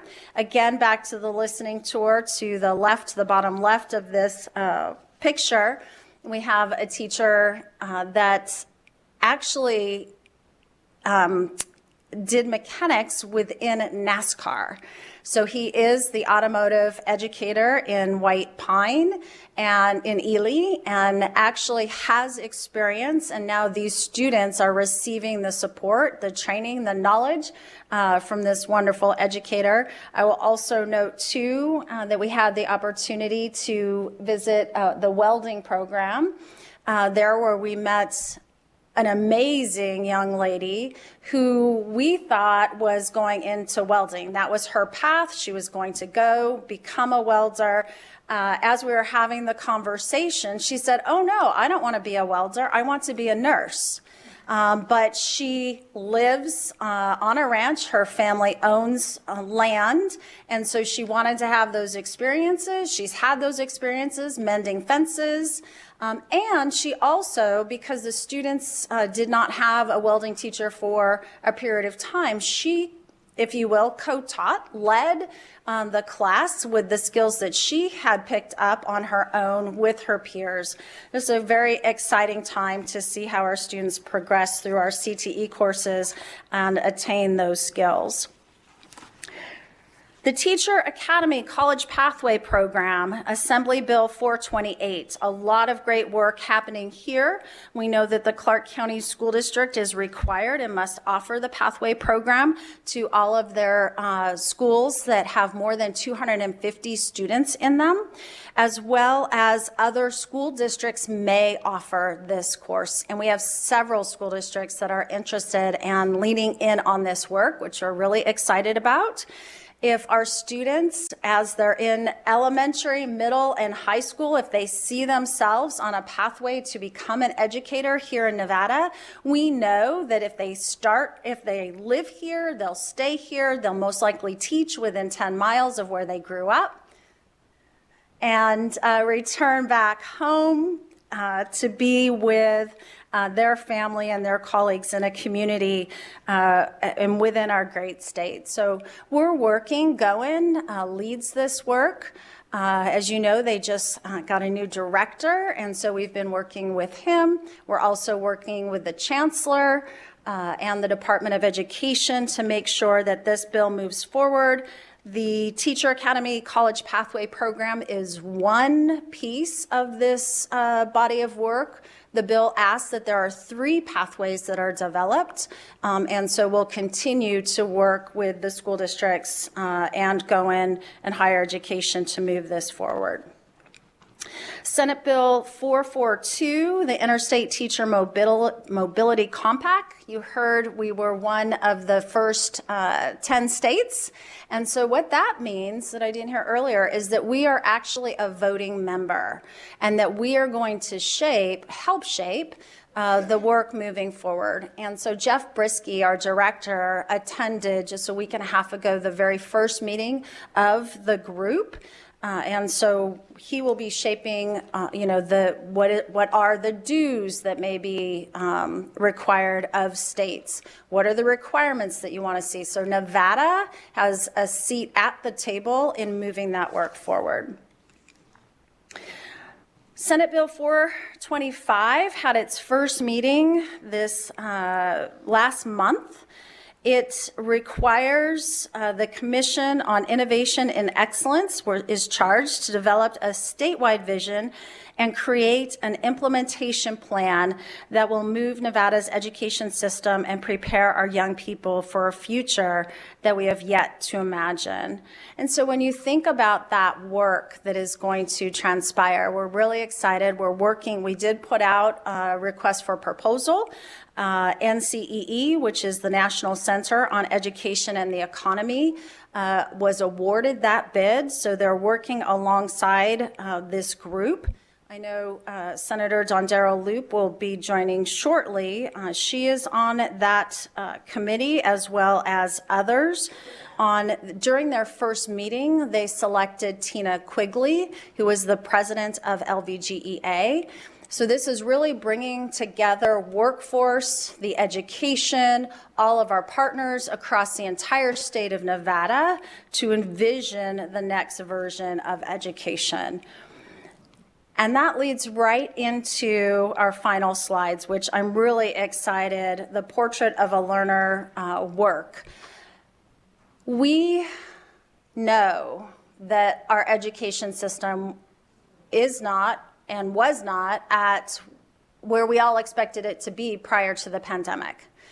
And so the pandemic gave us the opportunity to say, we're not going to look in the rearview mirror. How are we going to build out the future of education? How are we going to make sure that our students see themselves in this work and that we build out an education system where all of our students can thrive and move forward with this work? So the Portrait of a Nevada Learner started about 18 months ago. We had our first convening, which I know many of you attended in October downtown to talk about where we wanted to go. We brought in students, we brought in parents, and asked them what is the education that we know where our students can thrive. We received feedback from our entire community. We came up with 4 core measures for the Portrait of a Learner. You can see social emotional, academic being the first focus. I get a lot of questions on, I don't specifically see mathematics in here. I don't specifically see English language arts. But when you talk about a student and that they know, just like our young welder, that they fully understand that they need to know mathematics, they need to be able to communicate beyond the classroom when they are going to go open up their own business and work with others. It is the core, the base of all of the work that we do, but we also want to make sure that they have understandings and can engage. Civic engagement is one of the key components in this work, that they know how to be able to do that and can learn within the PK-12 system. AB 72 is the safety and well-being. That work is led by Deputy Superintendent McGill. She is spinning up that committee, and they should have their first meeting soon. We have school safety with AB 285 and AB 330. On Friday, we did our listening tour in Carson City School District, and the principal there thanked us for these bills and said her school environment, which is, we didn't pass it, that was all of you. So she thanked you and the governor for moving these 2 bills forward. That has changed her entire school environment. And then also a lot of learning in restorative practices moving forward. Also, too, when we were in Winnemucca, I had another teacher and a principal come up and specifically call out this work at the state level and how it has changed their classroom. And I want to make sure that you know that they are appreciative. Those are their words, that they're appreciative of the work, that helping all children to be able to move forward. Our ESSER funding, I wanted to include this slide because it is, as noted earlier, the funding is winding down. The initial ending date for this is September 30th, 2024, which is this year. Most recently, US DOE has put out additional guidance for extending the funding beyond that date. And so we're working with our U.S. Department of Education to make sure that we share that information on the plans that must be in place before the end of that date and how those funds can be expended beyond. I'm really proud of all entities, GFO, the Department of Education, LCB.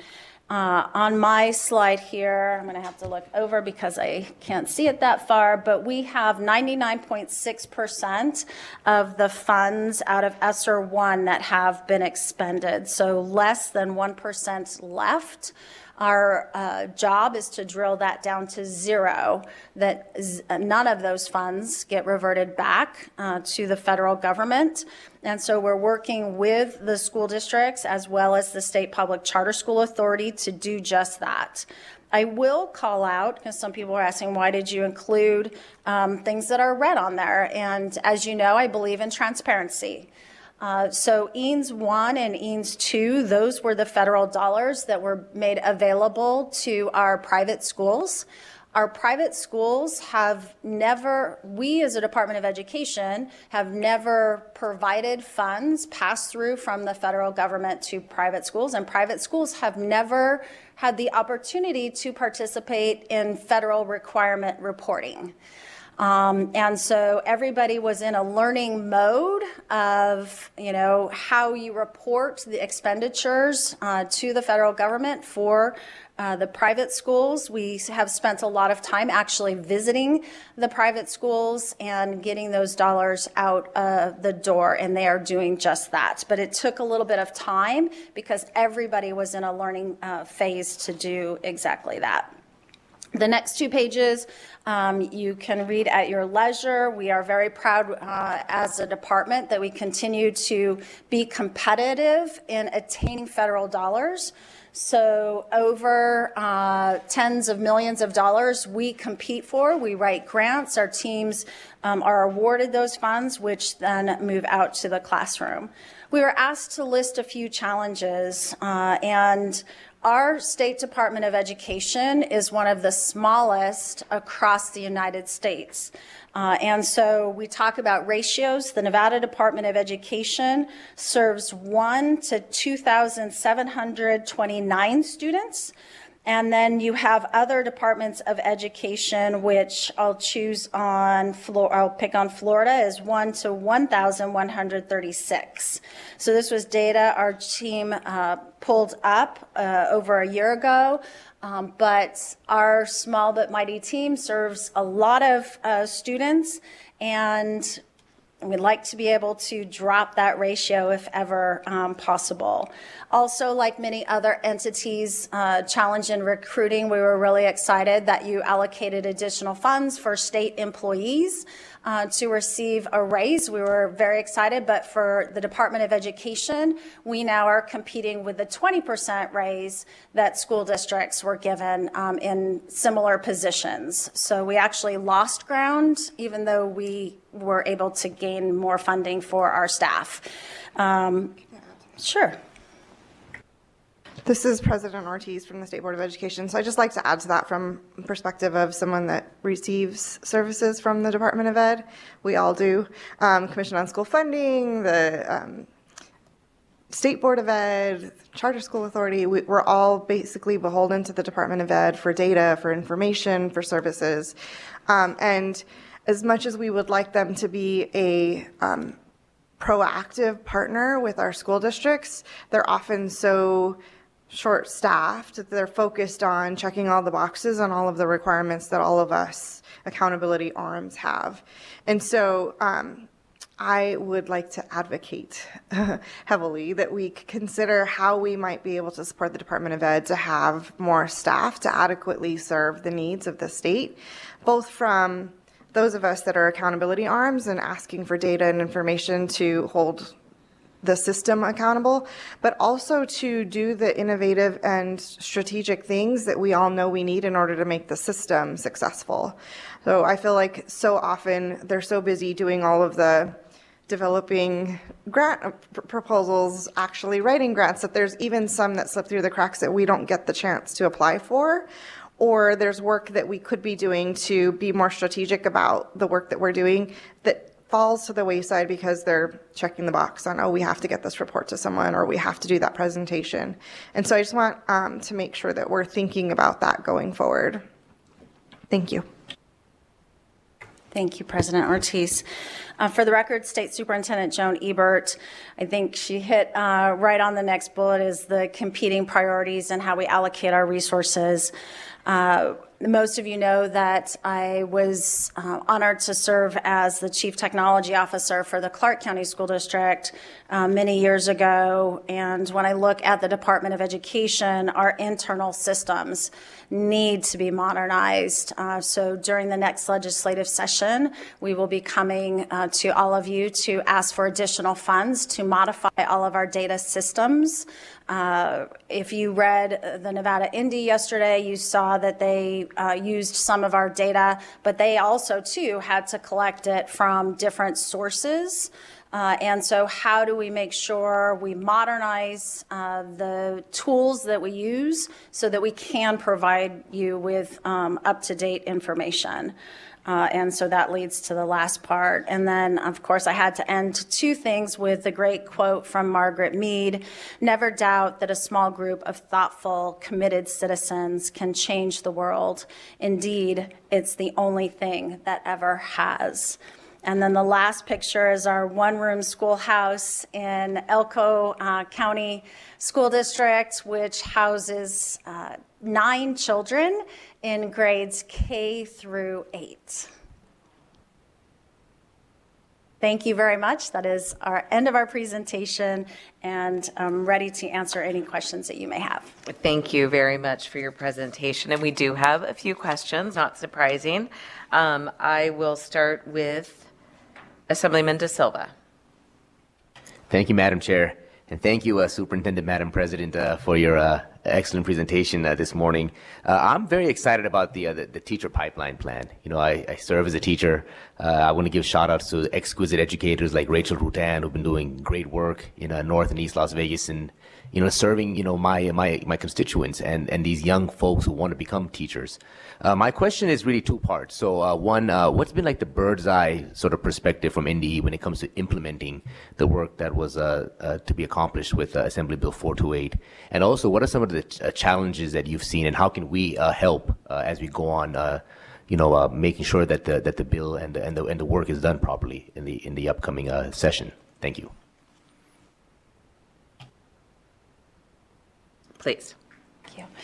Thank you, Assemblyman Silva. Yes, I have visited Rancho High School teaching and training program, and I believe she's built the program up to 3 or 4 sections now. And it is just wonderful to see young people that that see themselves becoming an educator. And even if, there's 4 sections and there's 120 kids, maybe not all of them become educators, but even if half of them become educators, the other half have an understanding of what is transpiring in an education system. Coming out of the legislative session, I will tell you 2 things. One is the director of Goen. There was a director of Goen who then left, and so that position was vacant. They were provided a staff member to implement this work, not just for the teacher pipeline, but for all 3 pipelines. And then also the Department of Education was provided a staff member. And so those positions were just filled. We're working with NSHE as well as Goen to map out the other components that will not, and the treasurer's office, right? The students that go through the entire pipeline will be able to have all of their education paid for. So those pieces are still being developed. But I want to be clear as those pieces that are still being developed should in no way affect a school district for implementing this upcoming school year. And here's why. We've had those programs, those classes in place for over 3, this is the 3rd year now. And so it's a matter of expanding. What I have heard is that making sure that school districts can find a teacher that can teach the course, and then making sure there is enough students that are enrolled in a section to be able to offer that work. Obviously at Rancho, that's not an issue. You have multiple sections. And so making sure that the class is filled. What's exciting is that our partners in higher education, especially Nevada State University, has provided support to the high schools here in Clark County to offer the program. And that if there is a need for additional resources, they have raised their hand and said they're there to help. So it is February. It is the time when students now are thinking about the next school year. So we're in constant contact with the school districts, making sure that they are that students are aware that it's in every single course catalog, that is an opportunity that they have to participate in the course, and then making sure is just on a call with this entire team. And I asked about marketing, and they said, yes, they are doing that work to be able to move forward. So In summary, it's a work in progress, but we have a base to already start with, and then we're in the process of hiring staff and working and building it out into the future. Great, thank you. All good things. Appreciate it. Next, we will go to Assemblywoman Anderson, who I'm sure has numerous questions. What? Thank you, Chair. I might have one or two. But thank you for the presentation. There's a lot to unpack here. So I'll just concentrate on three. Do you want them all at once, rapid fire, or would you like them separately? I'll let you decide. Superintendent Ebert, for the record, it would not be an interaction if we didn't get the rapid fire from you. Right? There you go. Am I really here if it wasn't all done at once? So I'll do them all very quickly then if I could. The first one has to do with slide 21, where I'm very excited about this. I think I was, or in slide 22 with the engaging of the civic competencies of, because we've always been preparing kids for a world that doesn't exist. I think when my grandmother was teaching, they were preparing for a better mousetrap. When my dad was, it was better mouse pad. And now with me, kids don't even know what a mouse is. So we're all set. But when we talk about this, has there been any discussion about the credits necessary for graduation? For example, civics now is 1 semester. The arts arts credits is being discussed about being cut. So has there been any discussion about the graduation requirements and the specific credits that are, quite frankly, not sufficient enough at this time? So that's number one. My second question has to do with exactly what was brought up by President Ortiz, and that has to do with slide 26, the staffing at NDE. Is it solely based upon pay, or is it from expectations being too much? And we need to do a better job of both as policymakers, but then also as a department of making sure that 3 people are not doing the exact same job or whatever the case may be. And then finally, not from a slide, but a question that has to do with the apprenticeship board, because I know that there's been discussion about creating that. And so I was wondering when would that take place and what the process would be for that to get started.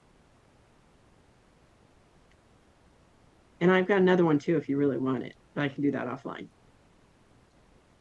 Thank you, Assemblywoman Anderson, for all of those questions. I would like to start with Craig Statuki and go in reverse with the apprenticeship components. Thank you. Good morning. Through you, Chair, to Assemblywoman Anderson. Craig Statuki, Director of the Office of Career Readiness, Adult Learning, and Education Options for the record for the department. Assemblywoman, I appreciate your question around apprenticeships, and it's something that we've been very actively working on with the State Apprenticeship Council and the Labor Commissioner to expand opportunities for, particularly at the secondary level, youth apprenticeships. Recently, and I'm not sure this committee is aware, the University of Nevada, Las Vegas, and I know Chair Bilbray loves that university as much as I do, recently was approved for a teacher apprenticeship. And so one of the things through their teacher apprenticeship that they're working on is some youth apprenticeships, not only in the teaching pathway, but in a variety of other pathways as well. And so we're really looking forward to engaging across the board with whether it's UNLV or any of our other partners and really kind of looking at a youth apprenticeships. We also, through ARPA funds, through the governor's office, is working on creating essentially a construction youth apprenticeship pathway in Washoe County School District as well. And so we're looking at those opportunities as well. The true apprenticeship portion is a little bit difficult because a lot of apprenticeships require adults, to be 18 years old and sometimes require a high school diploma. And so we're really trying to look at the youth apprenticeship space and identify opportunities for our students, secondary students, and also post-secondary students to participate in those opportunities. So if I may ask a follow-up really quickly. So at this time, there's been no discussion of actually creating a board of individuals that are part of this to discuss it. Has been more separate conversations going on between the department and the different entities offering the apprenticeship, if I'm understanding that answer correctly. Craig Statuki, for the record, through you, Chair, to Assemblywoman Anderson. That's correct. The registered apprenticeships are for lack of a better word, monitored. They're approved through the State Apprenticeship Council, and so they have the full oversight of apprenticeship. So what we've been working with them and various stakeholders is like finding opportunities for youth apprenticeships. Director Giddens has been fantastic since she's been in the position almost 2 years at really working with the department and kind of helping us try and identify opportunities. And I think one of the key things that as we start expanding work-based learning in kind of various ways is getting our students to understand that apprenticeship is another option for them. A lot of students don't necessarily realize that in a right to work state, yes, you can go straight into the construction industry, but there's also lots of opportunities for you to participate through trades and through apprenticeships. And so I think a lot of it's going to be more improvement in communication from our part and getting students to understand all the pathways to work, whether that's through an apprenticeship or straight into the labor workforce. Thank you. And I think possibly I'll try to contact you for a little bit more offline conversation if possible. Superintendent Ebert, for the record, going to your second question, with staffing, what is unique about the department is not unique, factual, is that there's no way you would made the comment is that maybe several people are doing possibly the same thing. We don't have enough staff to be able to do that. For instance, we just have one staff member in the Department of Education that does all K-12 mathematics. One person for the entire state, 750 schools, 500,000 children, one person. So that person does not have the bandwidth to do anything else. So we will go through the legislative process, and I'm very pleased, President Ortiz, and I hope my other colleagues around the state will also help amplify, and we will be very specific and put in rank order like we did during this last legislative session. I do want to thank for the staff that we did receive. We did receive a secondary literacy person, so thank you very much, as well as an elementary STEM person. So those are just two of the positions that I would flag. It is about pay that most of the staff members have noted. We lose when we're interviewing people, when they see the initial salary compared to a school district, the state component into PERS is in a school district is paid 100%. That is not the case if you're a state employee. And so the pay that is listed can vary. It's not comparable to a school district because of the PERS piece as well. So that all plays into someone making a determination. We've had a lot of people, they like the work, they believe in the work, they want to do it at a state level, impact across the entire state. But that's usually where we lose an applicant, is when HR, Human Resources, is talking with that applicant about pay. And then also, too, I will be very factual. We have a wonderful PIO in the room who used to be with the Department of Ed, but is now with another entity where she received a lot higher pay. And so we hated to see her go, but it is a fact that she's doing a PIO job, enjoys it in both locations, but receives higher pay. So I unfortunately, as the state superintendent, can't do a piece of, we'll trump that person's pay. We have a pay scale that we follow, and hopefully we'll have a pay scale in the future that reflects at least is competitive with the school districts and on par, and then people can make a determination if they'd like to work with the state or they'd like to work with the school district. And then on your first question, there are two handouts that we also provided to the public and also all of you in regard to the work for Portrait of a Learner. It's the Nevada Future of Learning Network that we've created. And on the back side, which says piloting the implementation of the portrait and its effects on relationships, experiences, and the environment of school, you can see the different groups that we have. And what I would specifically call out is the competency champions, because I think that's what you were getting at with how does a student demonstrate their skills, that they are ready to go out into, go on to college, go out into the workforce, join the military. Those are all competencies that we want our students to be able to demonstrate.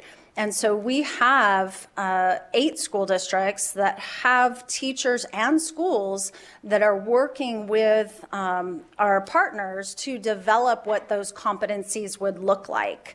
And then how do we make sure that our educators are prepared to teach in such a way, because it's thinking differently. It's thinking across all of the standards that we expect, right? The bases are standards, and they all go up to students being able to demonstrate competencies. So that work is in progress.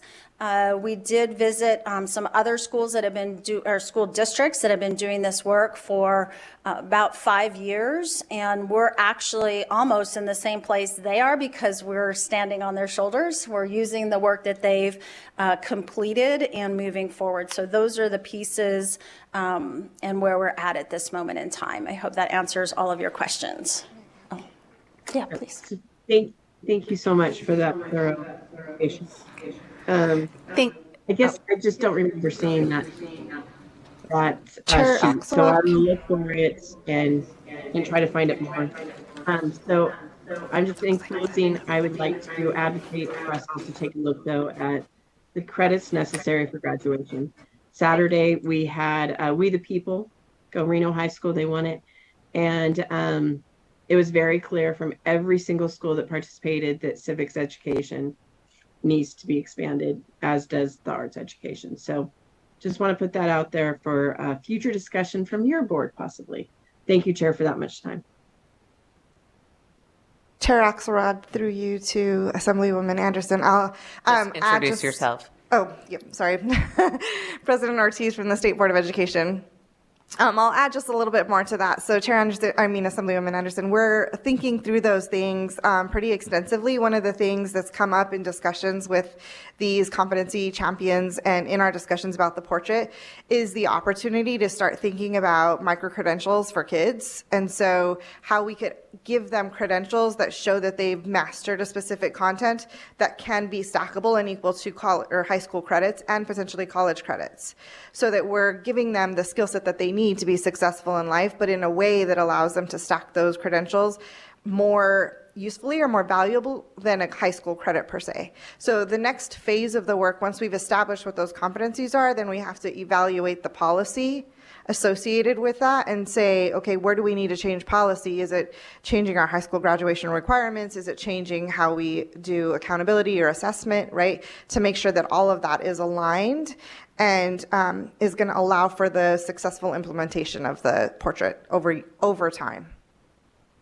And Assemblywoman Axelrod, Chair Axelrod, if I may address one of the questions that Assemblywoman Anderson had earlier.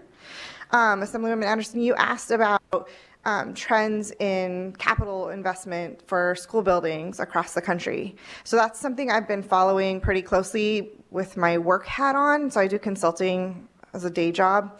And one of my clients is the New Mexico Public Schools Facilities Authority. So they've asked me to do some research around that area as well. So there is a federal bill that's being pushed right now. I'm not sure if it's been heard yet, but it's called the Rebuild Our Schools Act, and it's $140 billion. So tracking that closely. But I've also talked to states all around us, and it's a growing critical concern.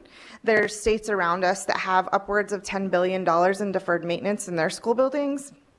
And unfortunately, we're oftentimes competing for the same construction resources and teams, right? And so New Mexico has a pretty unique approach to how they handle, well, thanks to a lawsuit 20 some years ago, how they handle capital construction and partner with school districts to make sure that they get adequate facilities. Totally willing to talk about that offline. It's a pretty interesting model.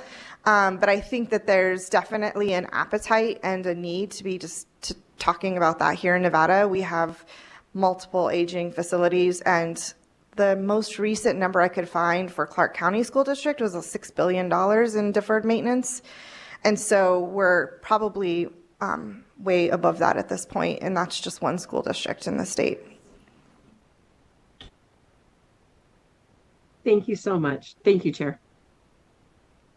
Thank you. And those handouts, I know at least one of them is connected to the Nevada Future of Learning that is online. It says agenda item 6B.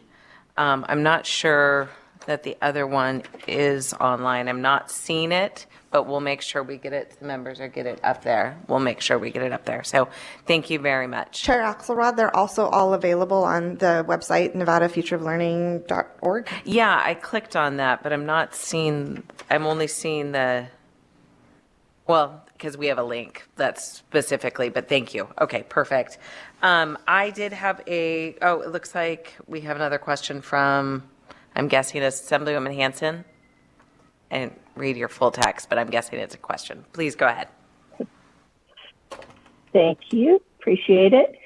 Thank you, Superintendent Ebert, for your presentation. And I'm feeling so encouraged about some of the things that happened this last session and things we're looking at and studying in our SB 72. So thank you all for being here. I especially the slide that you had on Read by 3, addressing, for me, a lot of issues are very important, but this literacy is so key because I think so much of success of a student depends on being able to read. That's not something I came up with. I think we all know that to be a fact. So to see that we're making some inroads, we're getting to the root, perhaps, of some of our concerns about literacy in Nevada, especially in light of what was said by Dr. Wire with the Education Commission on States, seeing what some of the trending things are in other state legislatures and their concerns with education. So feeling very, very encouraged. So thank you for the work that you're all doing. Real quick question. This one's an easy one. You had a photo of a principal at a school, and you mentioned some good things are going on there. I missed the name of the school, would love to visit. So wonder if you could share that again. Yes, that is Tate Elementary School. It is a Title I school in Las Vegas, and it's the amazing Principal Popek, who's been there for quite a while, and she's brought in the community. She retains her educators at her school building, has professional development for them, and I really think you'll enjoy that visit. Thank you very much. Thank you for that, and thank you, Chair. Myrtle Tate on the east side. It got a total redo, right? A couple years back. It is a brand new campus, and so happy to see that. So yeah, that's something I think we'd all like to do. I'd like to head back out there again. Any other questions from folks on the Zoom? And do you have a question? Okay. I have a question for you. You said that you did a listening tour up in Carson City on AB 285 and 330, the restorative justice. I'd just like to know what that looks like in practicality. One of, I think, my biggest issues with making those changes to restorative justice is I felt that the information was not out there. And so exactly, I think there were a lot of misnomers on what that looked like exactly. So can you just give me a little bit of how that's going? Thank you, Chair Bilbray Axelrod. And I actually like to turn it over to Deputy McGill, who is at the visit as well. Deputy McGill, will you also go into the grant opportunity at the end of sharing? Good morning, Deputy Superintendent Christy McGill. So Carson City really translated this work with a multi-tiered systems approach, looking at ensuring that they had the appropriate interventions needed to put in other things than discipline. One of the reasons they had this is because they had two grants. One was the ESSER grants that we talked about today that had put in some MTSS coaching to really make sure that our students were getting the Tier 1, Tier 2, and Tier 3 supports around behavior before discipline. So that really set that framework. Also, they received the Project Aware grant that looked at putting more social workers and BCBAs, those are the behavioral analysts, in the schools themselves. And so again, really looking at that therapeutic and helpful and restorative approach instead of just of discipline. And when, needed, that they had all of the tools necessary in the realm of discipline to do that as well. And then the last thing is that we, Nevada Department of Education, will be working with Nevada Medicaid as well as the Division of Child and Family Services.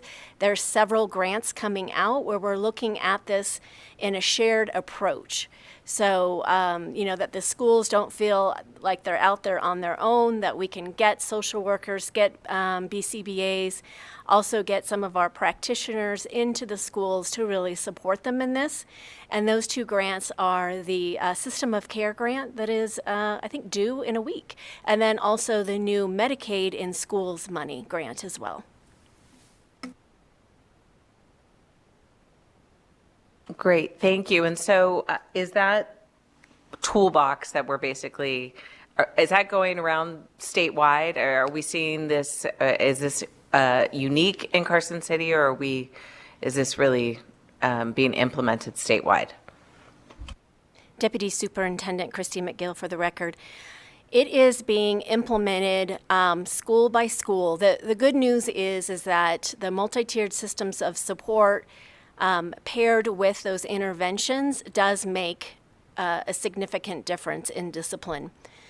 The not so good news is that it's a lot of work and it takes 3 to 5 years to implement. And so you'll see that across the continuum, different districts and even different schools in different stages of that implementation. Again, using that progressive and restorative approach that's really embedded in that multi-tiered approach. So the good news, we know what works. The bad news is it takes a long time of implementation and also takes resources and mainly personnel resources to make sure that those people are in our schools that can support our teachers. Thank you very much. I know we want, things to turn around immediately, but unfortunately that's not how things work. So 3 to 5 doesn't seem a crazy amount of time. Maybe it obviously makes a difference to the kids who are in school right now, but thank you. Thank you for doing that, and thank you for being here today. I think that is all the questions for the committee, and I appreciate you being here today. Thank you for having us. Next, we will move on to our presentation from Guy Hobbs. We'll now hear the presentation on Commission on School Funding, who will provide an update to the work of the Commission. Welcome, Mr. Hobbs. Always great to see you. Tell us all the great things that you've uncovered. Only the great things. No, I'm just kidding. Whatever. We can handle it. Hopefully it's some good. Well, good morning, Chair Bilbray, Axelrod, Vice Chair Lang, members of the committee. It's been a while since I've been in front of you, but we have been working. We were tasked with a number of things to do by virtue of SB 543 from 2019, and AB 400 and SB 98, which are recurring themes that you're hearing about today. One of the key differences between this presentation today or update as to where we are and prior discussions that we've had is that over the prior interim and leading up to the last session, a majority of our effort was focused on producing a report that embodied recommendations for optimal funding for education, as we were charged to do by SB 543, and also identifying potential methods of funding that optimal funding level over the ensuing 10 years, which we did, and we prepared a report, not an easy read, that we filed a year ago this past November. Part of what we're going to be undertaking has to do with updating that report, but we were given quite a lengthy list of other tasks to do, including updating the optimal funding recommendations. And I'll cover a little bit about Superintendent Ebert in her presentation covered some of the topical areas that we're working on, but I'll spend a little bit more time on those with you. I did want to start out by mentioning that the Commission has identified its core mission, if you will, and some guiding principles to guide its work during over the course of the next several months. And I'll briefly read that into the record if you don't mind. The Commission on School Funding, per the directives provided in SB 543, AB 400, and SB 98, shall endeavor to develop a framework for a system of reporting and accountability that will provide the state with a credible, reliable, and useful tool for measuring performance within the state's system of education. The Commission shall also continue its work to identify optimal funding for education in Nevada and the identification of methods of funding that would achieve optimal funding.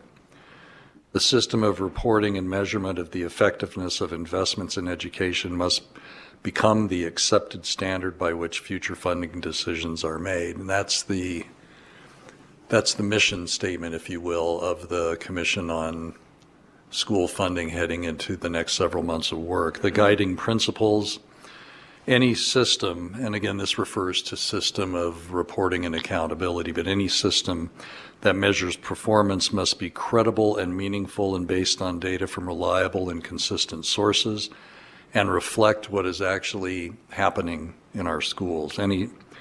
Number two, any such system must be flexible and adaptable to changing data needs and conditions. I think over the years, too often we've seen sources of data that were not necessarily consistent and consequently not comparable, and it becomes very difficult for all of you to compare data that isn't similar over time and come up with a meaningful conclusion. Any such system must be useful and understandable to all stakeholders, in other words, agreed upon by all of those stakeholders. There must be broad buy-in among stakeholders for the system to be accepted. Its design must contemplate use by elected decision makers, state and district administrators, educators, parents, employers, taxpayers, and all other interested parties. Any such system must be clear in terms of its purpose and application and must provide for the transparency that is necessary for it to become the accepted standard of measurement. Any such system must tie performance metrics to investments to create a basis for determining academic return on investment, thus becoming a standard for decisions on future investments. And lastly, any such system must provide for peer-to-peer comparisons between and among states, school districts within Nevada, and schools within a district. And those are essentially the guiding principles that we'll use to guide the work over the course of the next several months. As Superintendent Ebert mentioned, we divided our tasks. It took a while to get our arms around the variety of tasks that we were given. Some were very clear and concise. Dealing with optimal funding and methods of funding, that's very clear to me. A number of the tasks had to do with things like, and you've heard this discussion this morning, small school capital, teacher pipeline, teacher and support staff compensation, accessibility or mobility between and among public schools. Those things are very dissimilar from the topics we were given during the prior interim, and so it took a while to sort these out and place them into logical and meaningful buckets so the work could actually be performed. But we have identified 9 working groups, and those working groups, I'm happy to say, are all underway at this point. The first working group is the performance of the pupil-centered funding plan, and that working group is being led by Senator Joyce Woodhouse, who you all know, who I think by now this morning may actually have a new knee. I believe she was having her surgery early this morning, so just wanted to report on that. Maybe the most fascinating part of my report. But she is going to be leading the group that's looking into the pupil-centered funding plan. We heard discussion and testimony already this morning about the plan being an improvement over the prior Nevada plan, but we have to continue to look at it to make sure there aren't any unintended consequences or things that pop up that may change our view or application of the pupil-centered funding plan. And I guess the question at the core of all of that is the pupil-centered funding plan doing what you all intended it to do? And we want to be able to come back to you and very affirmatively answer that question. The second group, working group that we've identified is that which deals with optimal funding, both targeting the optimal funding amount and identifying methods of actually funding that over a 10-year period. The 10-year period is prescribed in the legislation itself, and the poor person assigned to oversee that working group is me. We'll be updating that report over the course of the next few months. Much of that work has already been done and hope to have that report updated. My timeline is about May at this point to have that portion of our work updated. The next three really deal with the accountability and reporting and data and framework of reporting that we've heard discussed as a common theme throughout today's meeting, but we broke that up into three different sections. The first working group, accountability, reporting, and data. One of our members of our commission, Jason Gowdy, is leading that group. You've heard discussion this morning about the number of reports that are required to be filed by school districts, by schools within districts, where those reports go, how they may be utilized. All of that is being evaluated.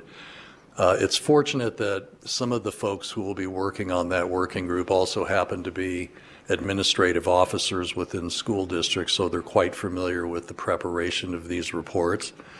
And would be able to, certainly lend their expertise to this. But the goal would be to eliminate unnecessary reporting and duplicative reporting and consolidate reporting so it is more meaningful at the end of the day.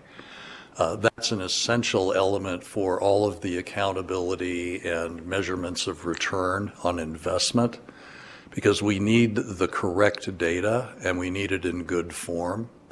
And if we are able to collect all of that data, we maybe actually become more of a repository for much of that information throughout the state.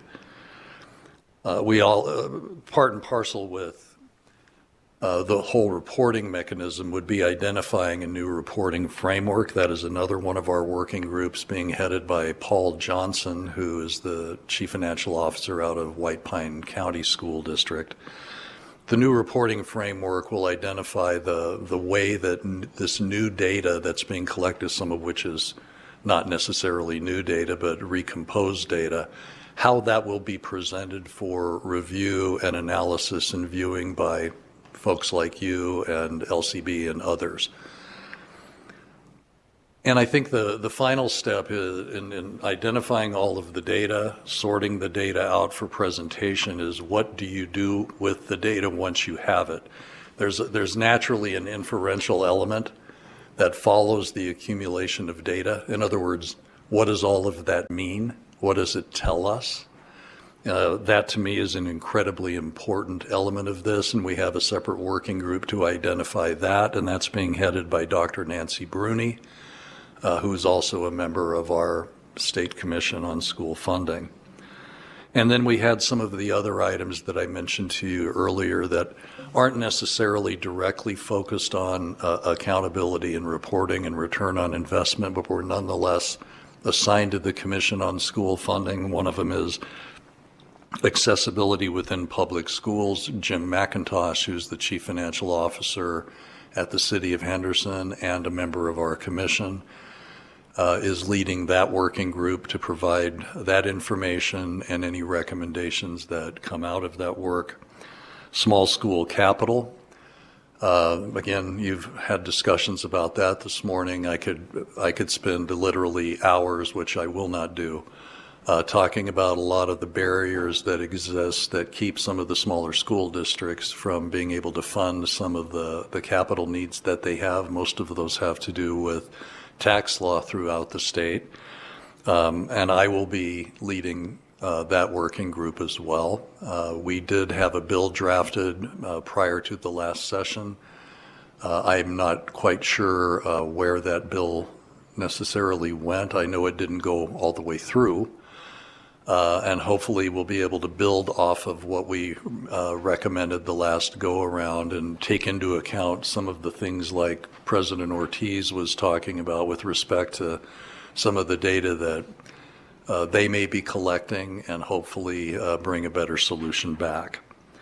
We also have had discussion about teacher pipeline. One of our members, Dusty Casey, who works for a charter school in the northern part of the state, is coordinating that effort. And lastly, the teacher and support staff compensation. Poonam Mather, who is a member of our commission, and I know that many of you know her, she's leading that working group for us, and obviously there'll be some interplay between the teacher pipeline or the supply side dynamics of the analysis and the compensation side of it, which is the attracting and retaining part of the equation. So I'm expecting that the optimal funding, the small school capital piece, and probably the accessibility within public schools piece, and maybe another area or so, should be completed in the May to June timeframe. That's what we're shooting for. That's what I'm trying to inspire our working group leaders to do. Well, I'm two of those working group leaders, so I'm sort of inspiring myself to do that, but trying to make sure we get those out of the way so the rest of us that complete our task can redeploy to some of the other tasks as we move toward our November target date for completion of our final report. So that's where we are at this point.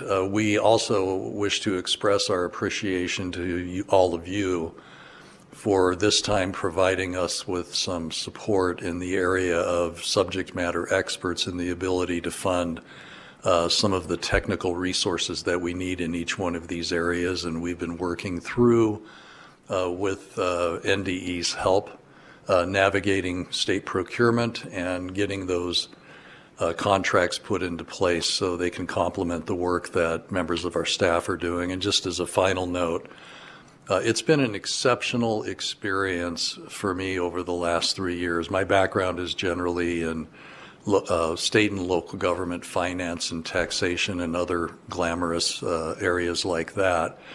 The exposure to the world that you're all focusing on right now, education, the funding of education, all of the different facets that make it as challenging as it is, has been an absolute eye-opener. I certainly want to commend all of you for committing yourself to trying to improve that, but I also wanted to thank the Nevada Department of Education and their staff for all the support they've given us. They've been absolutely remarkable, and we appreciate the State Board of Education allowing those folks to work with us as well and bringing forth the answers to the questions that you've all tasked us to answer. So with that, thank you very much. And I'm sure we do have some questions up here in Las Vegas. No? Okay. You were so concise. Let's go to Zoom. I can't imagine that Assemblywoman Anderson is shaking her head. Well, thank you for that report. It doesn't look like we have. I do. I'm sorry. Oh, of course. She does. She does. Thank you. We can always count on you. Go ahead, please. I have to say, Mr. Hobbs, you have such a calm and confident way of presenting the information that it makes me feel happy. So thank you so much for the fashion by which you present.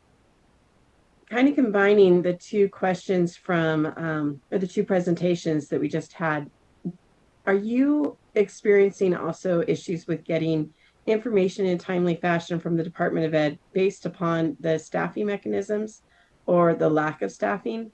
and number one. And then number two, I'm so interested in hearing about identifying the new reporting fashion. Would that be done utilizing current systems that are used with the school districts or with current systems that we have, or is it too early to tell yet?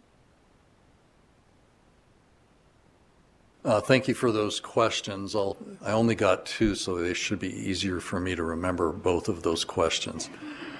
There should be a pen down there too if you need to jot them down. Guy Hobbs with the Commission on School Funding. To the first question, NDE has been extraordinarily responsive in all regards, and I do think the fact that we were the beneficiaries of some funding for subject matter experts will actually relieve NDE of having to become those subject matter experts or otherwise, like be research assistants, if you will, to the commission. Now, clearly, in some areas, we don't just look at them, to the staff of NDE, to help us get some of this work done. They are also expert resources. This is what they do for a living. So we clearly want to get their input, guidance. I have regular calls with them to make sure that thoughts and ideas that I may have in any one of these topical areas are well grounded. And they've been generally kind about telling me when they aren't. So I appreciate that part. So they have been very, very helpful. But I try to be cognizant of the fact that they have regular work to do for the State Board of Education. They have a lot of this reporting that we talked about to do, and they have many other tasks that I'm sure are beyond my comprehension at this point as a part of their regular job. So we hope to complement them over time and not necessarily drain them over time. And with respect to me being calm with regard to everything that we've been asked to do, I'm anything other than that right now. But we'll see as time goes on. The framework of the presenting of all of this data, I'll just give you my opinion at this point because it's not something that the Commission has reached a consensus on. I think there are some reporting mechanisms that are out there right now, whether you look at Nevada Report Card or elements of acing accountability, some that already exist that certainly are worthwhile. I think being able to expand them to include more data. And I think, one of the things I noticed right away in looking at, for example, the Nevada Report Card, it gives you a point-in-time assessment. It doesn't really give you as much of a longitudinal assessment of change.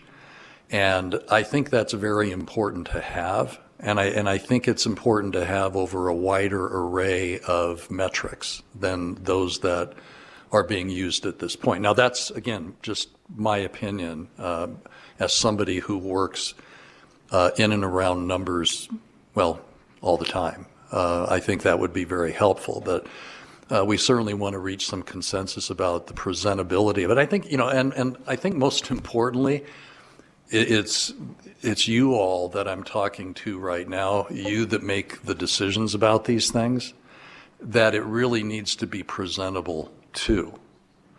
We can't make it so complicated that nobody wants to read it. We can't simplify it so much that it loses any of its meaning. We have to find that sweet spot in the middle where the information that you're seeing is salient and meaningful and contributes to good dialogue that you all will have about making future funding decisions. I think I got both of your questions. You definitely did. And if you can figure out how to find that Goldilocks report, I bet you we could make a lot of money by selling that to every legislature in the nation. So thank you so much for that information and for clarifications. Thank you, Chair. Thank you. And did that spur any other questions for my folks on Zoom? Are you good? Nothing up here? All right. Well, thank you very much, Mr. Hobbs, for being here, and we look forward to that report in November.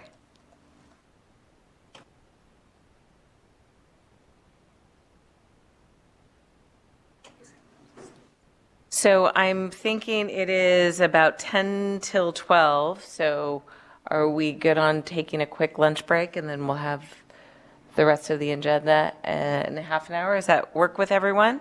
Okay, so we will just go into a recess for 30 minutes and we will come back with our report from the NC Chancellor. Thanks.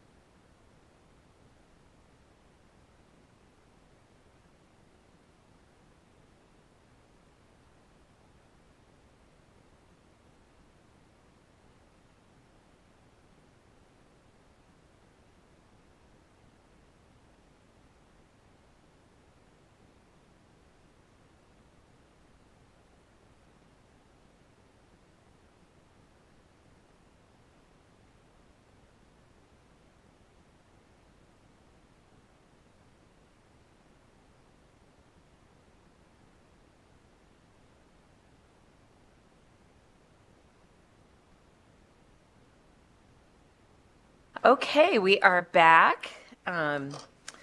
If the secretary would please note that Senator Dondero Loop came in about an hour and a half ago, and then I understand that we have Assemblywoman Hardy on as well. So if you would mark them both present, if you haven't already done so. Okay, so next we have agenda item number 8, presentation on the state of higher education. We'll now hear from Patty Charlton, who is the Chancellor of the Nevada System of Higher Education, on the state of our education. Please come up and go. You're already here. Thank you. And begin when you're ready. All right. Good afternoon, and thank you so much, Chair Bilbray Axelrod, Vice Chair Lang, and members of the committee, and also those that are present remotely with us. So for the record, I am Patricia Charlton. I am the current Chancellor for the Nevada System of Higher Education, and while I may be sitting at the table by myself, I will tell you I am far but alone.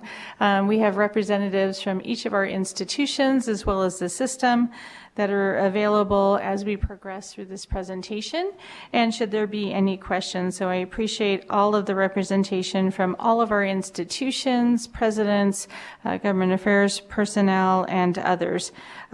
First, I want to just say that I want to express my appreciation on behalf of the state for the support of education through our state.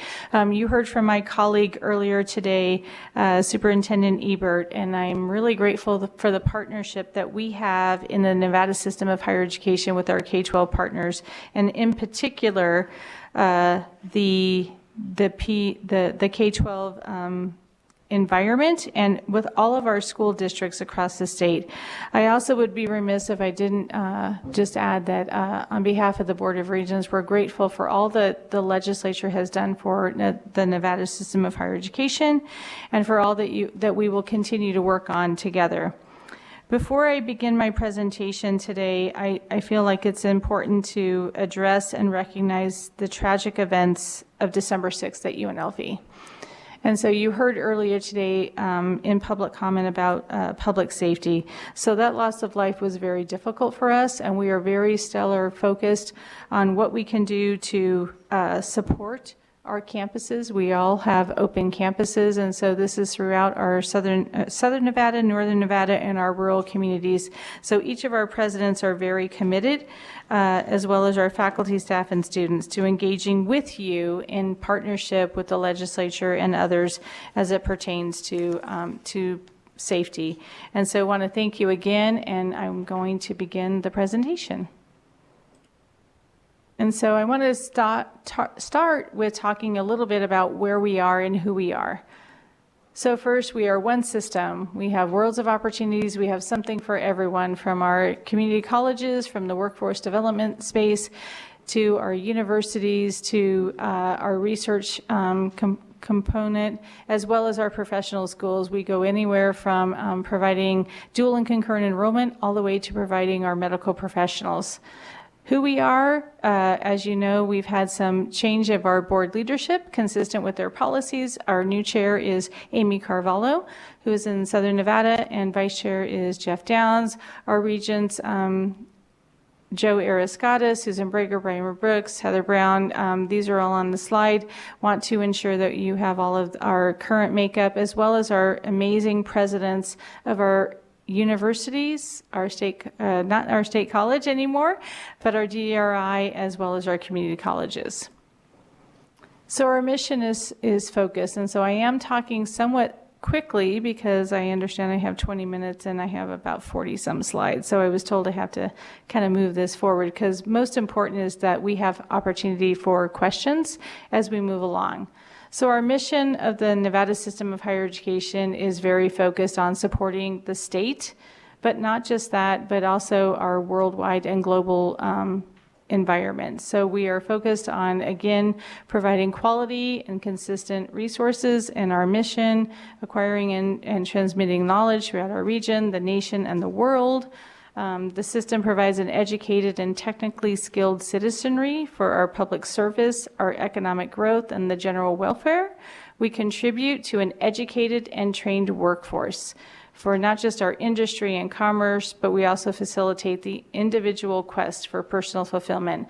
So we are here for wherever and wherever, however we need to meet our students, and then also in partnership with not just the state, but our local communities in how we can advance the state of Nevada. The Board of Regents has a very focused strategic plan, and in that we have specific goals. One is increasing access to higher education. Access is paramount to our educational component of our higher education system. We also want to ensure, and as you'll hear as I go through our presentation today, we want to also improve student success, and we will show you data of how our institutions have grown in that space.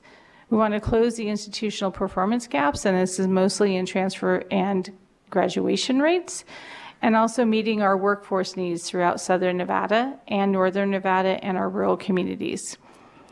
Our focus also is on research, as we have 2 R1 institutions, and those are something that we are very, very proud of, as well as our very unique Desert Research Institution. And then most importantly for you as well is that we want to ensure that we are a system that is transparent and that we are accountable to all of the needs of the state and then also for this body. So a little bit about who we are. As I mentioned earlier, our employee base is about 14,000 strong, actually 14,500, but we'll just leave the rounding. Our largest institution from an employee perspective is UNLV, and then you can see in the slides that the different populations of employee distribution, and this is based out of our current employee database.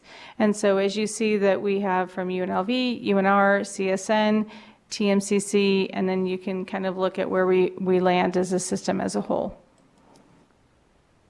Our employee base is also based on faculty and administrative and teaching faculty. Those are what we call faculty. We have a large component of part-time faculty and staff as well that support the work of the system across all of our institutions. And then also we have classified employees that are state personnel and then also technologists. So as you look at our different institutions, it varies quite significantly of the full-time academic and administrative faculty as well as our part-time staff. And so you'll see at our largest institution of part-time staff is actually TMCC, with almost 60% of their employees being LOA or part-time staff. And to our largest full-time staff, and we're working on this with Nevada State University, that has about 74% full-time. We are rich in diversity of our employees, and so this most recent chart also shows you the comparison of where we were from fall of 2012 to fall of 2022. And so the reason why this is dated as a fall of 22 is because we do report this information through the federal government, and it's considered IPEDS, and you may have heard that through the data warehouse. And so we report that on an annual basis, and it usually is in a lag. But what you will see is that our diversity continues to grow in our employees. And so this is from the system as a whole. And so what you will see is that we are continuing to expand our diverse populations of employees. So a little bit about our students. Who do we serve? So our student enrollment, we are really proud to say, as of the fall 2023 semester, we are returning, I should say, to pre-pandemic areas. We're coming close to that mark. As you can see, in fall of 2029, we had about 113,000 students.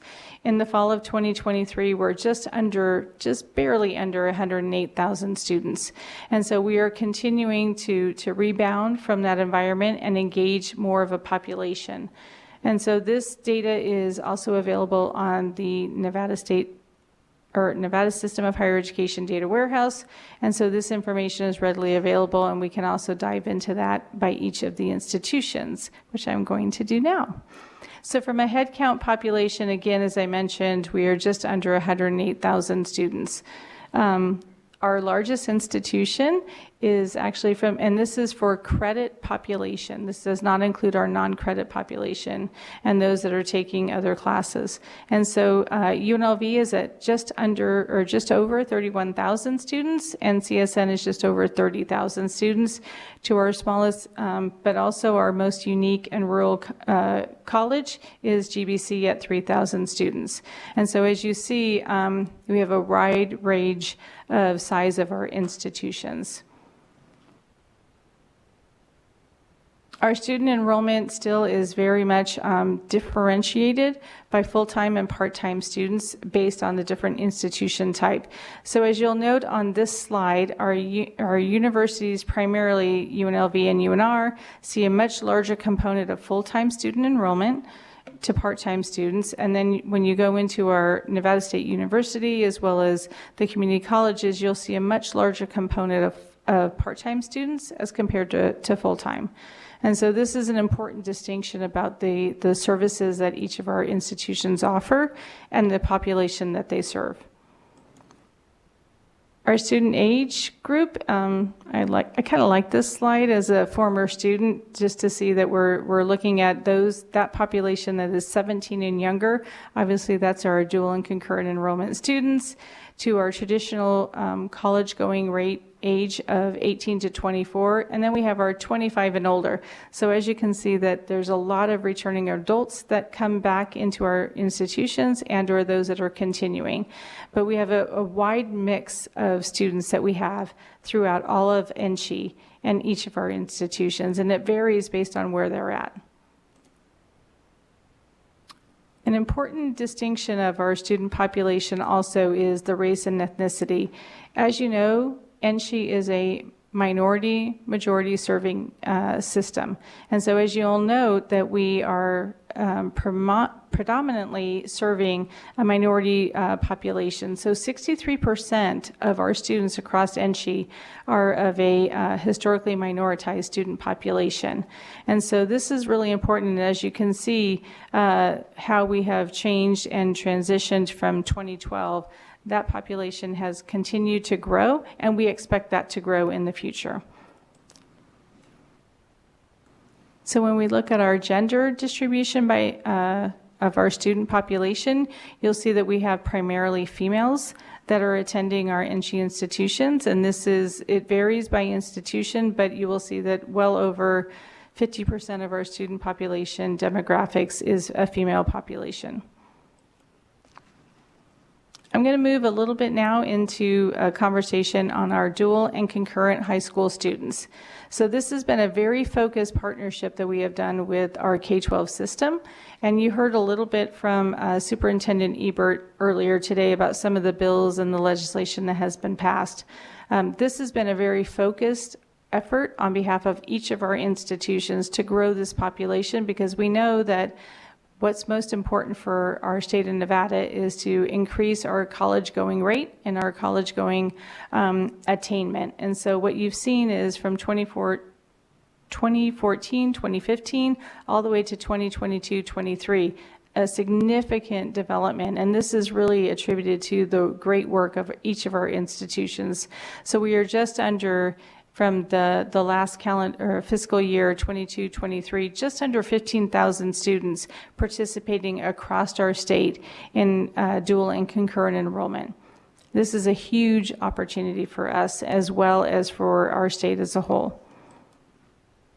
So looking at this a little bit different, and I know that these lines might be a little bit muddled. We do have our 7 teaching institutions. You can see the different growth rates and where those are going from each of the institutions. And then also one of the things I think that we are most proud of is that our dual and concurrent enrollment provides access. It provides access to individuals that perhaps formerly didn't see that college was an opportunity for them. And so what we've seen is that we are serving our populations that have the highest need, and then also those minority populations. And so we have seen a significant growth in where we are going, and this is intentional, and we also know that this is most important for our state as well. I'm going to shift a little bit now on financial aid, and where we look at from a lens of those students that meet the Pell eligibility. So the reason why we're reporting off of 22-23 is that's the most recent completed academic year. And so when you look at the number of students that participate in or are eligible for financial aid, over 31,000 students of our 108 population is financial aid eligible from a Pell perspective. And so when you look at that, that represents about $129 million coming into our state. And so the average award is based on the cost of attendance for each of those institutions. And so we're really appreciative of the students that are completing the FAFSA, and that brings in money to our state. And then also when you look at the size of the institutions, for example, UNLV, 41.3% of those that are eligible are in undergraduate programs are actually getting financial aid. That represents 10,900 students. And so then all the way down to also CSN at 28.6%, or just under 11,000 students. So this is a significant amount of money that's coming into our state to support our students' education. We also are very, very grateful for the state and the legislature for all that they have done to provide state-supported financial aid. So this is one piece of the pie, and then I'm going to talk a little bit about what we do internally within NSHE. So the Governor Gwynn Millennium Scholarship is one of our largest programs, offering support to over 23,000 students, and that brings in about $36 million to higher education. But these are funds distributed based on the eligibility of those students. The Silver State Opportunity Grant is another program that was funded by the state, and we appreciate all that you have done to provide that support, and that is a $5 million capped program. And then we also have the Nevada Promise, specifically for those individuals that are coming into us from the K-12 environment. In addition to this financial aid program, for every credit hour that a student pays, there's also funding that is retained by the institutions. And so those funds represent over $40 million across our system. So we always are looking at the affordability for our students and providing educational opportunities. And so financial aid is the most important thing for our students, and we want to ensure that we have all of the funding available. So in addition to the state-supported programs, which we are very, very grateful for, we also have our internal resources that our presidents administer through the institutions, as well as a carve-out within our state-supported operating budget. Another important part of our financial support system is also in fee waivers. And so we have several that have been put into place. And so this slide provides you an overview of those through 2022-2023. So this is the last completed academic year. And so our largest is actually the Nevada National Guard fee waiver of 812 recipients and $2.8 million. And so these are the fee waivers that come forward either through legislation. The foster youth program is one that was done within NSHE internally. But these are important populations that we have. I'm going to talk a little bit more about a newly developed last legislation session it was passed was the Native American fee waiver in just a moment, but this is also the recipients that we have. So of the waiver recipients and then as a total population of NSHE. So happy to answer any questions as we move forward. As I mentioned, though, we had a new fee waiver, and I know that Assemblywoman Anderson is on this meeting today.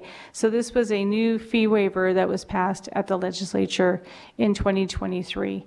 And so the Native American fee waiver has been quite successful. And so as of fall of 2023, this is the impact that it has had across our institutions. We've had over 360 people in the fall of 2023 that received the Native American fee waiver, and that has been an amount of $1 million. We did receive an appropriation for $457,000 during the legislature, and so we are in the process right now as enrollments are continuing to be shored up for the spring, and we'll have a total impact of this at the end of the spring semester. So as you can see that we've had a significant impact, and we do anticipate that for the spring of 2024 that this amount will grow. So a little bit about how we are progressing and how we are doing on outcomes. So first, as we look at our numbers of awards conferred, we continue to grow across our system in our professional degrees, in our master's and doctoral programs, our bachelor's degree. We've seen somewhat of a shift in our associate's degrees, but I would also attribute that to the great work of our community colleges in shoring up and identifying opportunities for certificates of achievement, as well as skills certificates, those that are needed to place people into the workforce as well. And so this has been a great work of adding these different credentials for students to achieve. And when we look at our awards that have been conferred, when we look at it from an ethnicity lens, just wanted to share this slide that gives you a distribution of how that looks between our white population, our historically minoritized population. We continue to track basically as those completions, but we know that we have work to do here. Our graduation rates for our institutions, wanted to give you some trending data. We continue to increase our graduation rates across our institutions. And again, we do track this based on the IPEDS data, which is a 6-year timeframe for bachelor's degree recipients. And so we do know also that we have the impact of COVID that was realized at this time. And then also for our community colleges, with each of the institutions, we provided data for you on that front as well, from 2020 through 2022, which is the most recent year that we can track for our graduation rates. But the other important story to tell with community colleges has to do with transfers. So many of our students will start at the community college and then they will transfer to the universities. And so we continue to track that data of those students that are progressing and transferring out from the institutions. And so you have a comparison of each 3-year data for each of our institutions as well.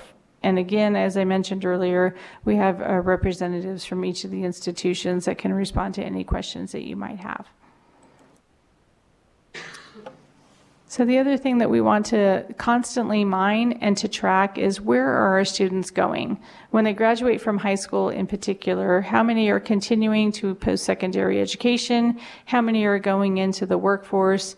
And where they are going if we don't know. And so we continually to monitor this data. And as you can see, we continue to grow from those that are continuing to the Nevada system of higher education, those that are going on to some form of post-secondary education, and then those that are employed in the state of Nevada. And so we continue to monitor this data and dive into where those students are going, because that's the most important thing, is what your investment dollars are looking at from K-12, and then where people are going and retaining within our system. The next part I wanted to share with you a little bit is information about our co-requisite math and English policy and implementation. So several bienniums ago, I remember having a conversation with the legislature about individuals that are taking developmental or remedial education and what was happening, and students were getting lost in that pipeline. So NSHE developed a very comprehensive co-requisite policy. We did some reform curriculum. We developed that. We've implemented that policy, and now we have data that we can give you that we've assessed, and we're working on continuous improvement related to that. So in many cases, students were taking 3 to 4 classes of perhaps math before they could get into college level math. And so what we have now seen is a growth in that opportunity where students are continuing through that progress. And so what I mentioned earlier is the traditional remedial pathway had many, many layers of that.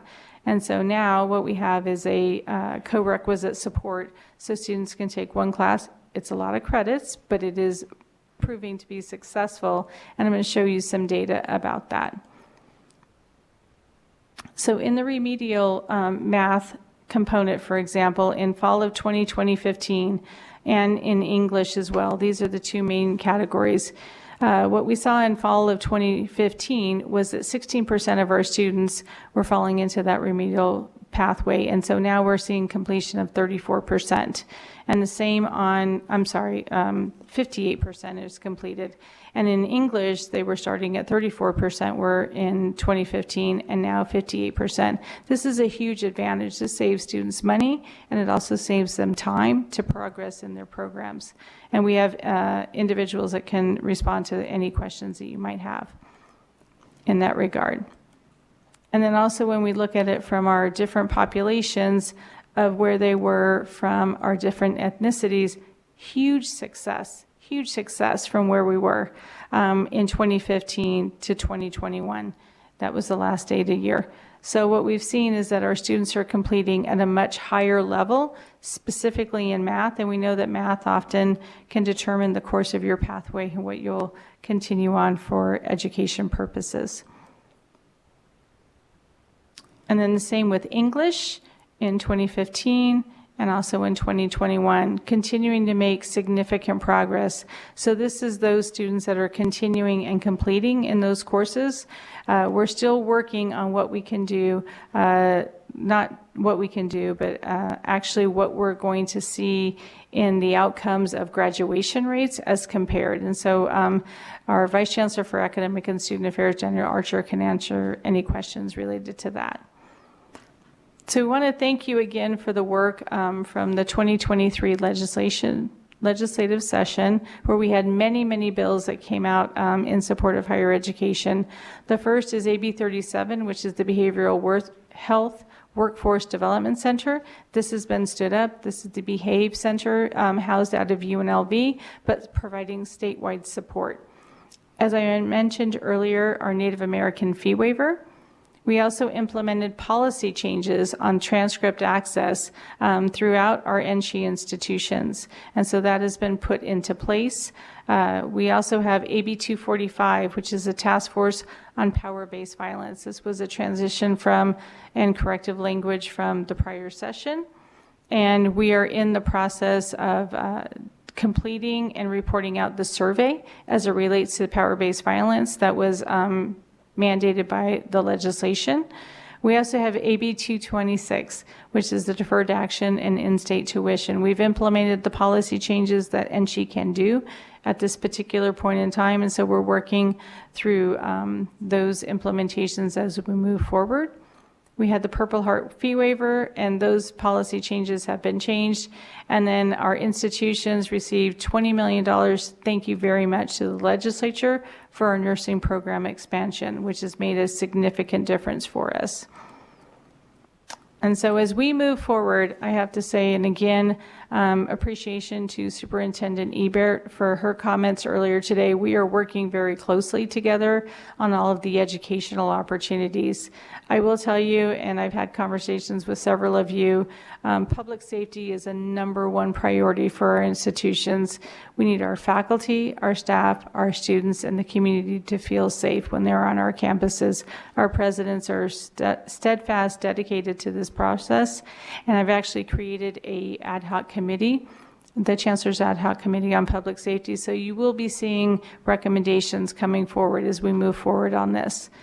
Also moving forward in tandem at this committee is also going to be and we've already started this process, is the committee to evaluate the committee on or funding of higher education. So that was AB 493.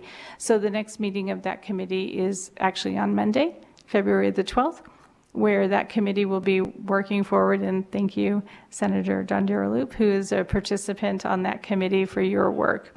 We also are gaining the insights from the fee waiver study, and we know that that will be a part of the process that we do together with you, is to look at all of the fee waivers that we have throughout the system and the impact that that has on our students as well as our institutions, because that's important. And that might also help us to inform policy decisions. And then again, we're working very steadfast with the Department of Education on the implementation of AB 428, as well as GoWin, GoID, and that's a very large bill, by the way. So we're looking forward to that. And so with that, I wanted to get through the presentation so that we could move forward to any questions that you might have. And again, I want to just remind you that we have institutional representatives from everywhere, UNLV, UNR, Nevada State, and all of our community colleges as well. Chair? Thank you very much for that overview. I know we have at least one question. I have a question too, but I'll start with Assemblywoman Anderson, because why not? Thank you. Thank you so much. And thank you, Chancellor, for the report. Wow. Got through a lot in 40 minutes. And I have many questions. Some of them I will try to keep them offline, but I'm just going to jump in right away with on slide 8. You brought up about the different faculty numbers and administration numbers. So I've got 2 questions, and then I can just do them one at a time or answer, or like after you do the answer, which would you prefer? Do you want rapid fire or do you want them one at a time? Whatever you prefer. Thank you for the record. That I will give them all to you at once. The first question has to do with slide 8, when it came to around the staffing issue. Is there a way to possibly divide that out between faculty and administration? Because when I looked at it, it felt like it was all faculty and administration, which sometimes is different. And then also, are all members of the employee groups able to get PERS, or is it only some that are able to be part of PERS as part of their benefits?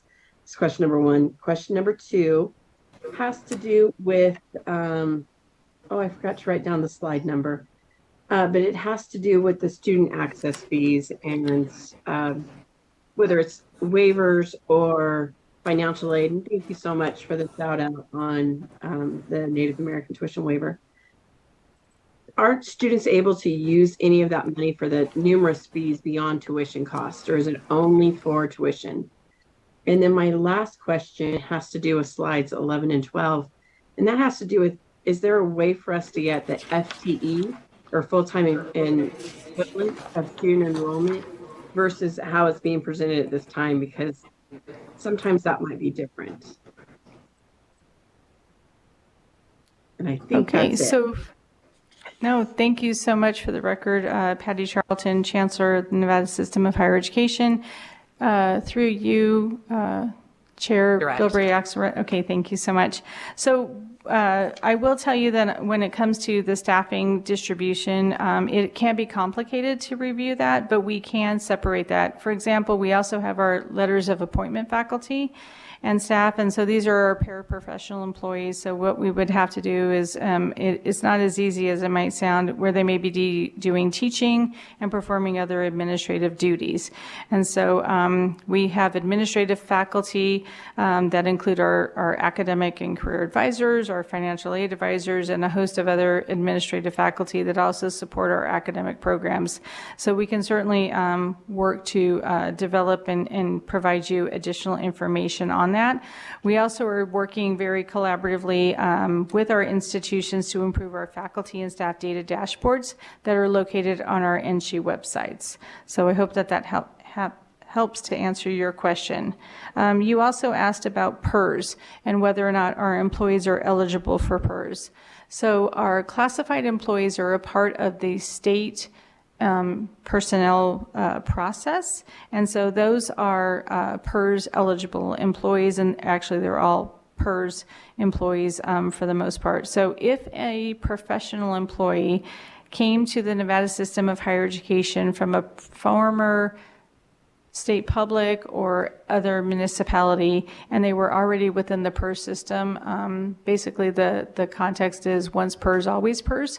And so we do have professional employees that may be PERS eligible, but for the most part, we have what's called the retirement plan alternative.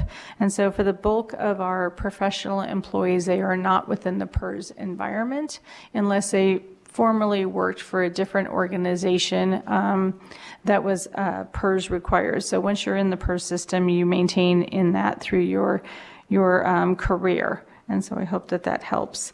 And then also you asked about student access fees and financial aid. And if I could just ask you, Assemblywoman Anderson, to just repeat that question regarding the student access.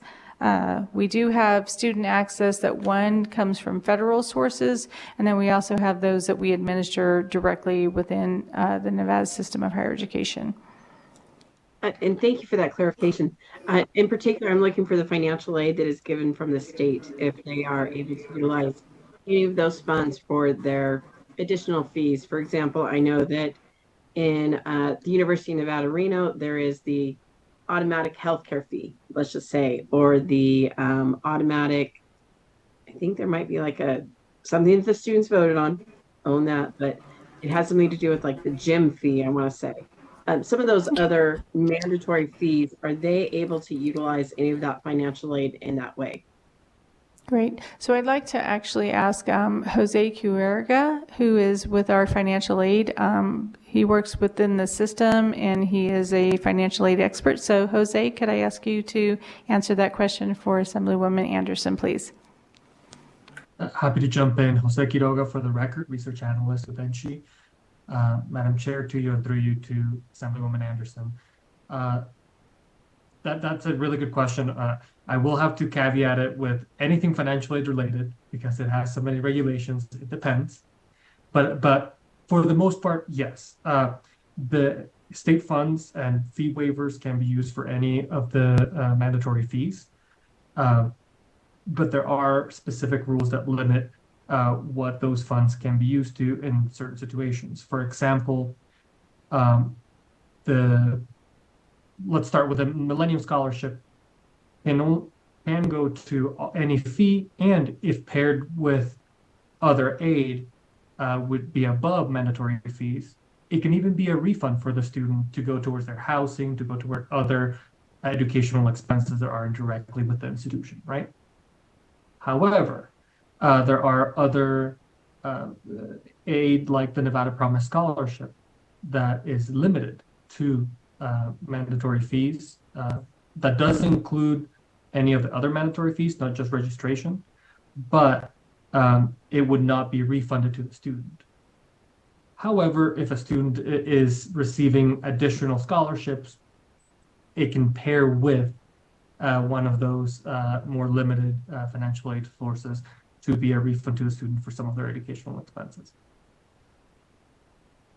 I hope that answers some of the questions there, and happy to answer any follow-ups. Thank you. And I know when we were doing this discussion during both the last two sessions, this has always been so confusing and almost needs its own little roadmap on what can be utilized and what cannot. So I appreciate that answer. And then I did think of another question as well after the next question is answered. Okay, and I think your next question related to student headcount enrollment and whether or not we have FTE. We do have FTE data. We'd be happy to provide that information for you. We do look at our headcount enrollment because those are actually the number of students also that institutions are supporting either through all of their services, but our website does provide comprehensive data on FTE, but we would be happy to provide any information that the committee would like. Thank you. So if you would send it to the committee and we will get it out to our members. Thank you so much. Assemblywoman Anderson, you said you had another question? It is my last one. When it comes to AB 428, is that work being done with many of our different higher education institutes, or is that only being done at the UNLV level? Because I know that there's also the option of being able to utilize this idea of the academy in other districts. Wonderful. So thank you again through Chair Bilbray Axelrod to Assemblywoman Anderson. So AB 428 has a lot of different moving pieces on that, and so we're working on that collectively. It is UNLV that is participating, but also all of our institutions are. There were different facets related to the teacher pathway that we have programs related to, and I think highlighted earlier today was even Nevada State University's program as well. So no, this is a comprehensive approach through all of the Nevada system of higher education. Thank you. Thank you so much, and thank you, Chair. We'll stay in Northern Nevada on the Zoom and go to Assemblywoman Hanson. Thank you, Chair. I hope you guys can hear me. I had a problem with my microphone just a little bit ago, so just let me know if there's a problem. Thank you for being here and giving us some insight into all of this. And I was my questions are going to revolve around, and you can school me on the proper pronunciation. I tend to say co-requisite, but I think you say co-requisite for the remediation. Is that the proper term? Yes, this is Chancellor Patty Charlton, and for the record, and so I'm going to also, it is the co-requisite model, and so I'll also have some support here at the table too. Oh, thank you so much, Chancellor. I just want to make sure I say it right. This has been a concern of mine. You know, we talk about, I think you said the average is about 6 years for graduation. And I'm assuming some of that impact, sure, some students work a lot during college and it takes longer. I've always had concerns that some of the remediation needs when kids are going on to college are delaying them. And I think that's reflected in some of the studies. But I'm super glad about some of the reforms that have been done. I think in 2019 was this gateway change that was kind of done. So here's what my question is. I understand now it's in tandem. It's to cut down on the amount of time, the amount of money it's costing students that are having to be there longer.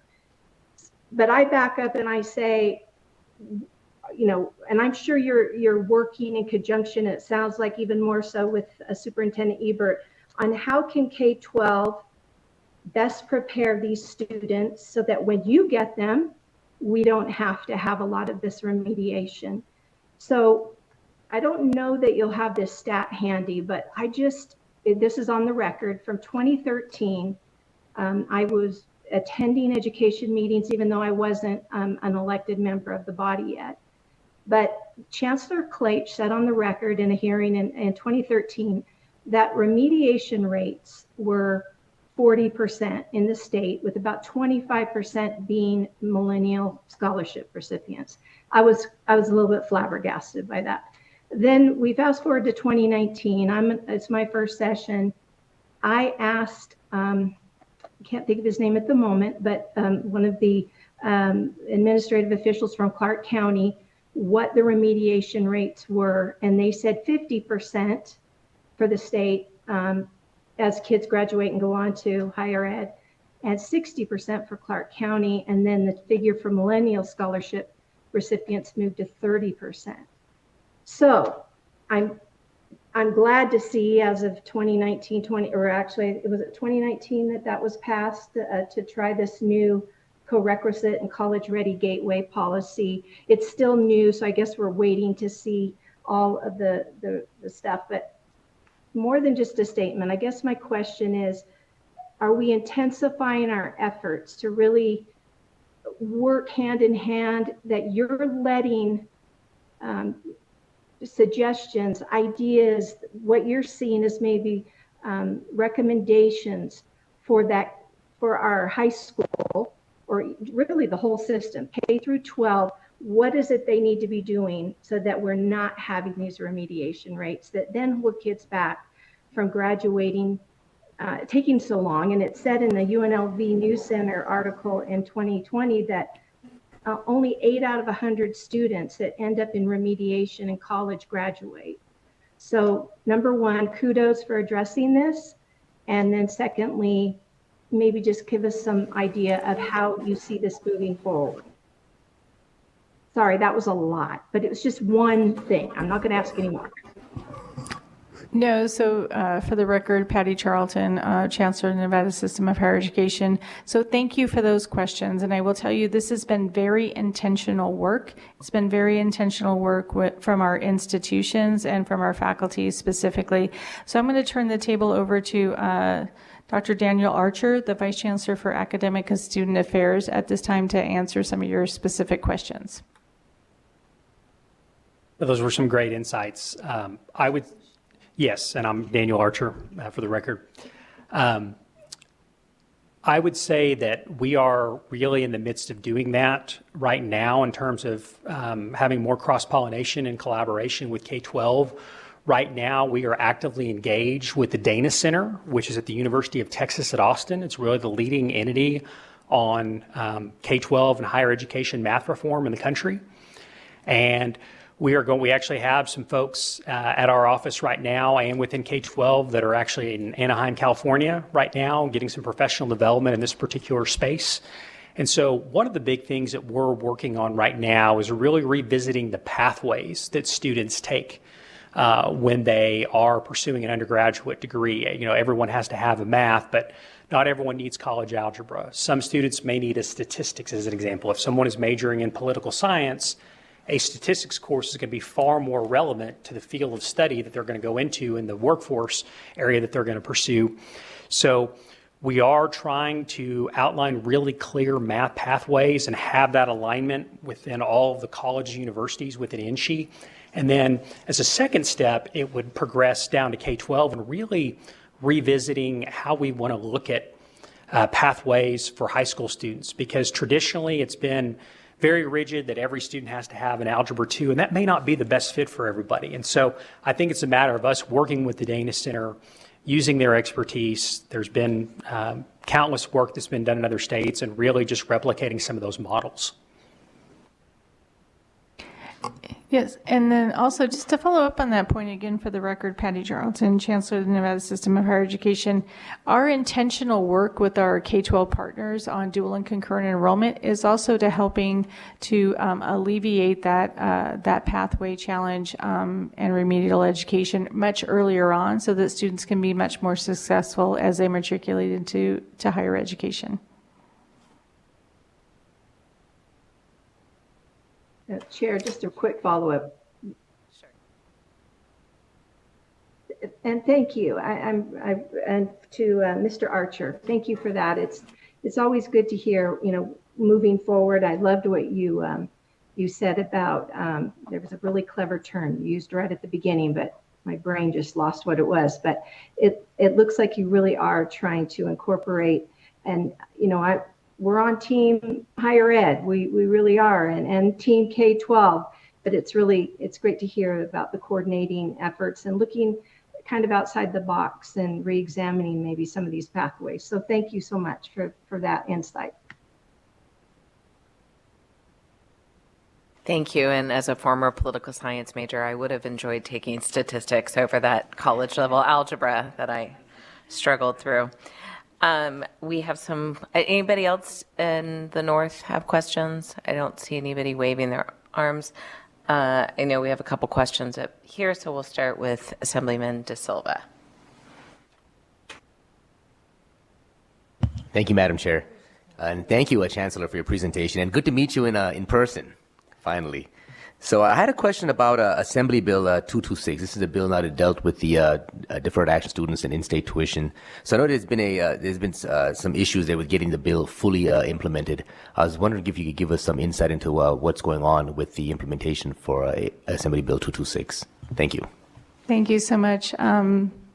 Through Chair Bilbray Axelrod, I recognize it's just my issue. So Patty Charlton, for the record, Chancellor of the Nevada System of Higher Education. So thank you so much. So we have worked through all of the implementation of that bill that we can at this point. There were 2 points specifically that required either a change in federal legislation or an action of the Attorney General. at this point to maybe close the gap on some of our deferred action students. And so we have implemented all of the changes within the legislation that we are able to do at this point. And so pending any of those 2 points, we are in a holding at this point until either the law changes from the federal government and or the Attorney General determines their next steps. Thank you. Thank you, Madam Chair. So just a quick follow-up question. So will any of the students who are intended now to receive that benefit, will they be able to get that tuition, that in-state tuition break this semester? Thank you.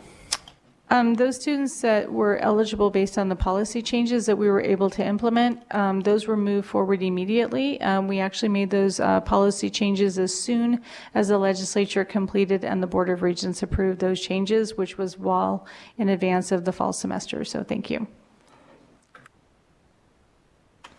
Now I'll recognize Senator Dondero Loop. Thank you very much, Madam Chair. And Chancellor, thank you for being here with your staff, and I appreciate all you're doing. I'm going to go back to just the public safety, and I don't know that I have a question, but I do have a comment. And I actually was the reason I was delayed this morning is because I was on a panel about K-12. And I think it's really important that we recognize that we have a set of students that are being raised and then becoming adults that have not only lived through a pandemic, so they had some stunted growth there. They have all this technology, but then on top of that, it's like every other day there's a shooting. And unfortunately, that finally touched our campus. And because of that, I am just so hyper aware that these kids have different needs.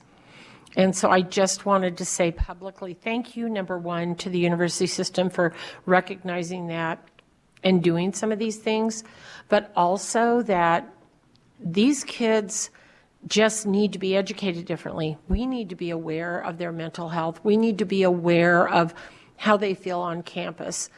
I'm even working through this with my granddaughter right now.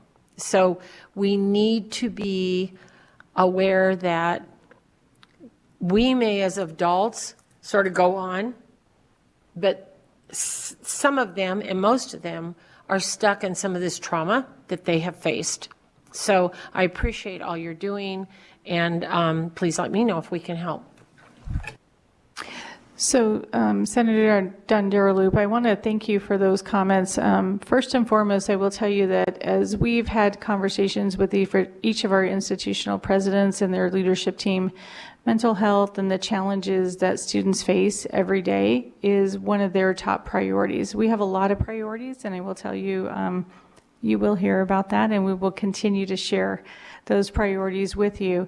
But I will say that this is a different environment, and what has happened is, and I'm just going to use a term, it did rock our world a little bit, but it has been one that I have to say that our presidents have come together. Our institutions are united on this front, the campus safety and the safety of everyone that is on our institution, be it a physical safety, a mental safety, is all at the very utmost paramount priority for them. And so I appreciate and really need to recognize the leadership of each of our institutions, because they deal with this every single day. And so thank you. And so I appreciate also the offer that we will be coming back to you for what you can do to help us, because we need to do this together. And it's not just the students, faculty, staff, community at our institutions today. It's those that are coming forward. Imagine those students coming from K-12 right now and what they've lived through. They're very different than the experiences that I had as a student. And so this is the most important work that we can do together. Thank you. Any other questions from up here? I'm not seeing any, and thank you, Chancellor. I look forward to continuing to work with you. I appreciate thus far. You've been very open and willing to communicate, and that's what we need to move Nevada forward, that those open lines of communication, and I really appreciate you, and I look forward to working with you in the future. Thank you all for being here. Thank you so much.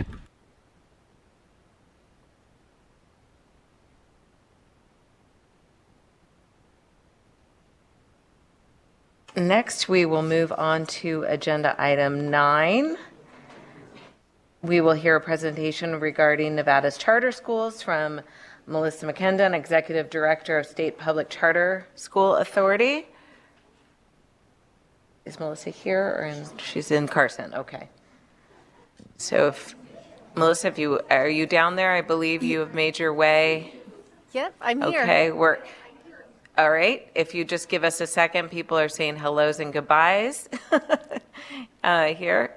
So please begin when you're ready. Thank you for being here. Thank you, Melissa McKendon, Executive Director of the State Public Charter School Authority. I just want to confirm that you can see my presentation on your screen. Here we go. Perfect. We do not have it. We have it, but it's very small. So it needs to be maximized, I believe, on your screen. We see most of the background screen, the blue background screen. Okay, now it is on this, but it's not on the. I think this is a on our side broadcast. I don't know if we're still seeing the computer screen. We're fixing that right now, Chair. Thank you. So pause for one moment till we get that up.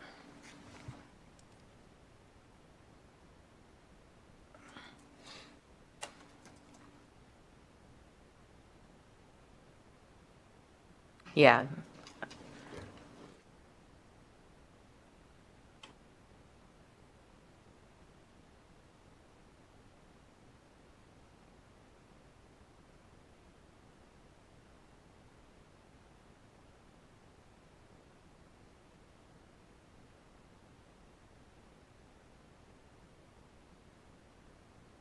Chair, this is Stephanie with Broadcast. Can you see that full screen now? We do have it on the screen that typically shows us our colleagues on the north. We don't have it on our big screen down here, but. You won't get it on the big screen. You won't get both things. Okay, so it's coming from Zoom. Okay, all right, then we will move ahead, and my colleagues in the north, just keep your camera on so we have that, but currently we can't see you. All right, go ahead, Melissa. Thank you. Thank you. Just for the record, again, Melissa McKendon, Executive Director of the State Public Charter School Authority. The first thing I'm going to talk about in my presentation today is the SPCSA's context in the Nevada landscape. The purpose of the State Public Charter School Authority is to authorize charter schools of high quality throughout the state with the goal of expanding opportunities for pupils in the state, including, without limitation, pupils who are at risk.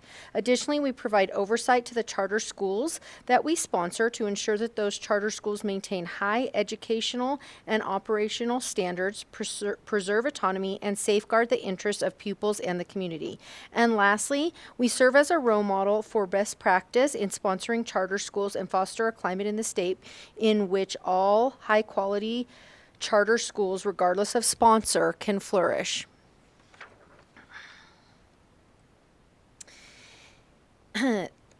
The State Public Charter School Authority is made up of a 9-member board, which is appointed by the Governor, Senate Majority Leader, Speaker of the Assembly, State Board of Education, and Charter School Association of Nevada.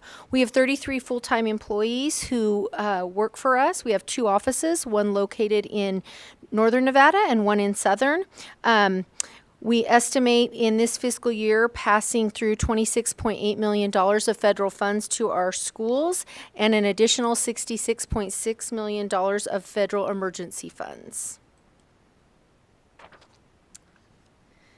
The Nevada Department of Education is the state education agency. The SPCSA is the charter school sponsor.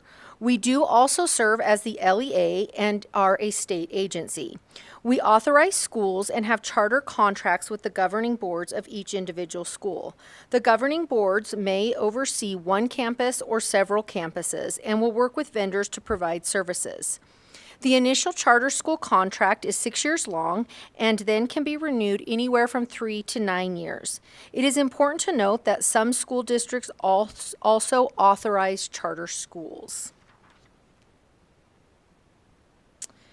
Let's take a closer look at the structure of the charter schools themselves. Each charter school is governed by a board of directors. The charter contract is between the SPCSA and that board. Nevada law dictates certain representation and expertise on these boards. The board may have one single campus or they may have multiple campuses. Charter schools, like all public schools, also have relationships with other vendors. Vendors provide services like maintenance, payroll, or professional development. Within the charter landscape, you may have educational management organizations or charter school management organizations. These are vendors who specialize in supporting charter schools, centralizing services like accounting, professional development, coaching, administrative tasks like enrollment and registration, and compliance tasks like state reporting and grants management. These vendors are paid a fee based on a specific service agreement. Other vendors that schools use are professional services like speech-language therapists, occupational therapists, attorneys, information technology specialists, or janitorial services. Again, it is important to note that Washoe County School District, Clark County School District, and Carson School District all authorize at least one charter school. The data I am sharing with you today only includes the schools in the SPCSA portfolio. There are 81 charter school campuses sponsored by the SPCSA located across 5 counties: Churchill, Clark, Elko, Washoe, and White Pine. Of the school's campuses sponsored by the SPCSA, about 85% are located in Clark County. This includes a total of just under 62,000 students, making the SPCSA the third largest body of students in the state. The SPCSA has opened 25 charter schools in the last 5 years, which is only 43% of the total applications we receive. The majority of applications are not approved. This school year, we opened 3 new schools. 79% of the schools that have opened in the last 5 years are Title I schools. By offering a variety of school models, the SPCSA enables Nevada families to choose schools that best align with the needs and interests of their children. In our portfolio, we offer arts integration schools, Montessori schools, bilingual education, career and technical education, alternative high schools serving undercredited students, students aimed to meet the needs of young women, dual enrollment high schools, online or blended learning, classical education, STEM, and project-based learning.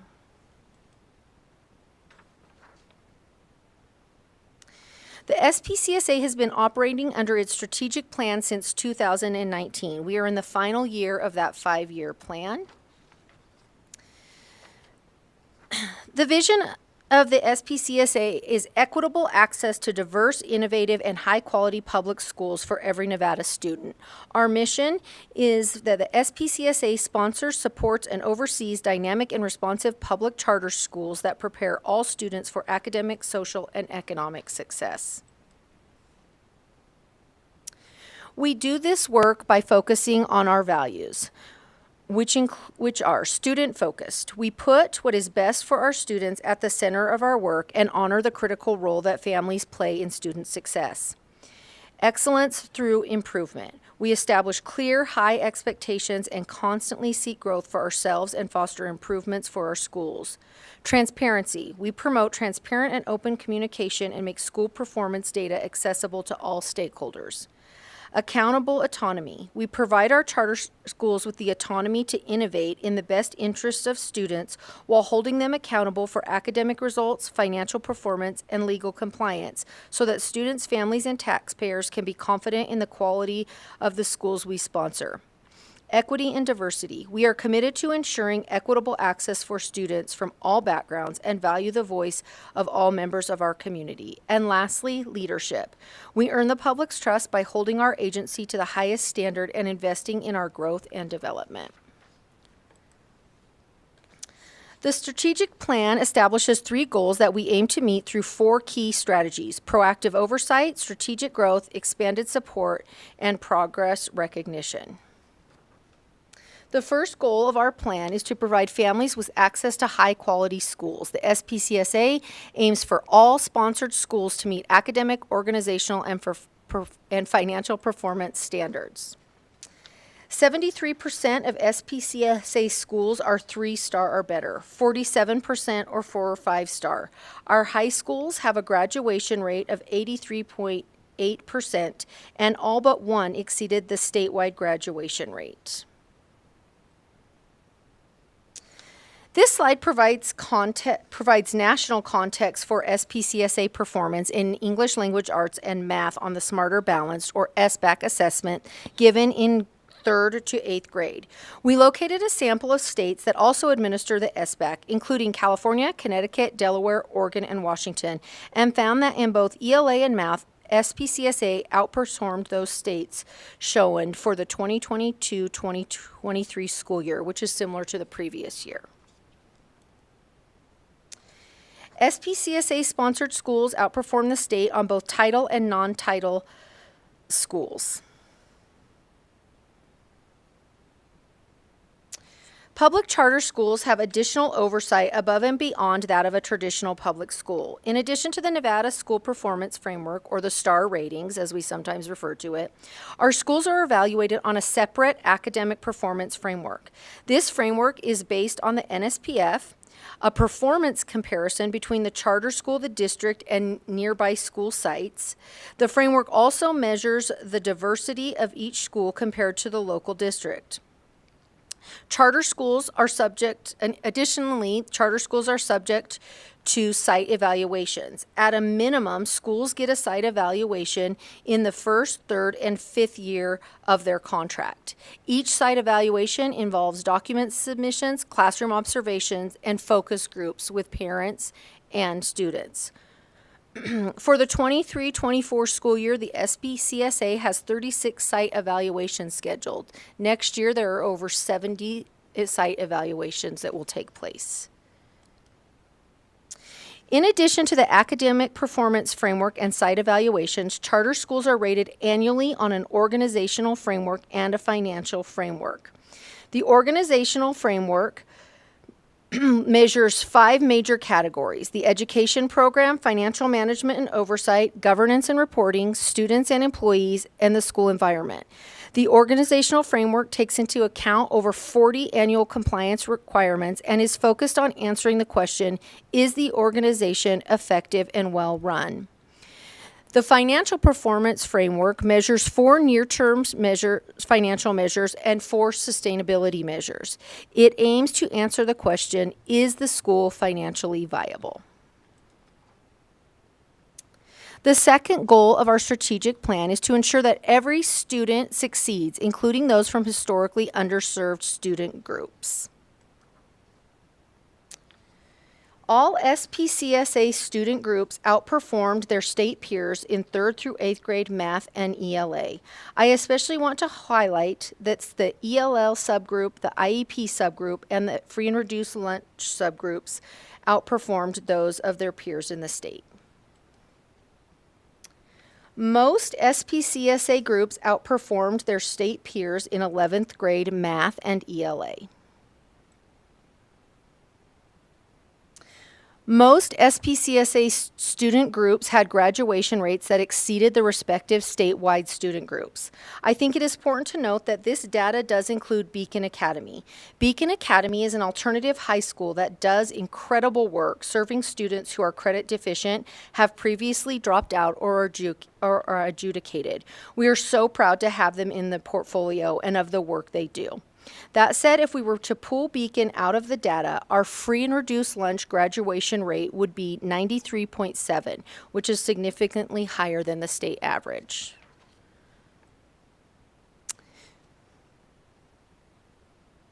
Our third and final goal is to increase the diversity of students served by the SPCSA.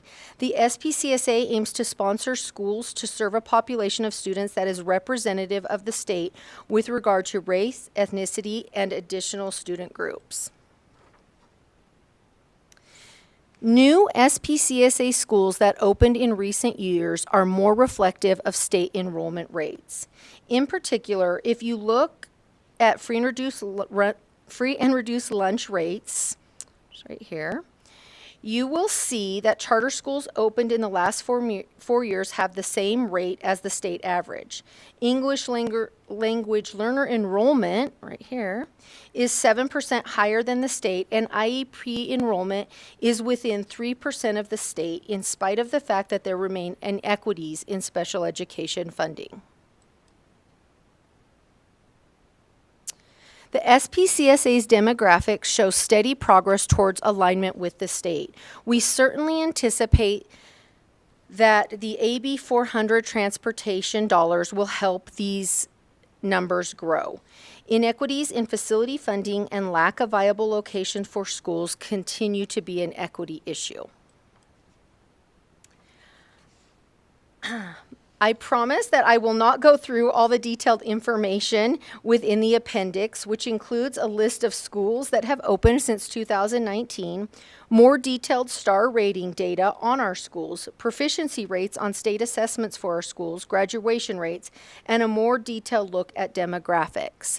But it is there for your reference, so you have the information. And with that, I'm happy to take any questions you might have. Thank you very much for your presentation. And yes, there's a lot of good information in this appendix, so I appreciate that. We do have some questions. I'll start out by asking something that you didn't touch on that we talked about in the last session and allocated some funds, was transportation. How are you moving forward with that? What's your anticipated goal with that, and how do you think that will impact the diversity of the student population? For sure. Melissa Mackinnon, Executive Director of the State Public Charter School, for the record.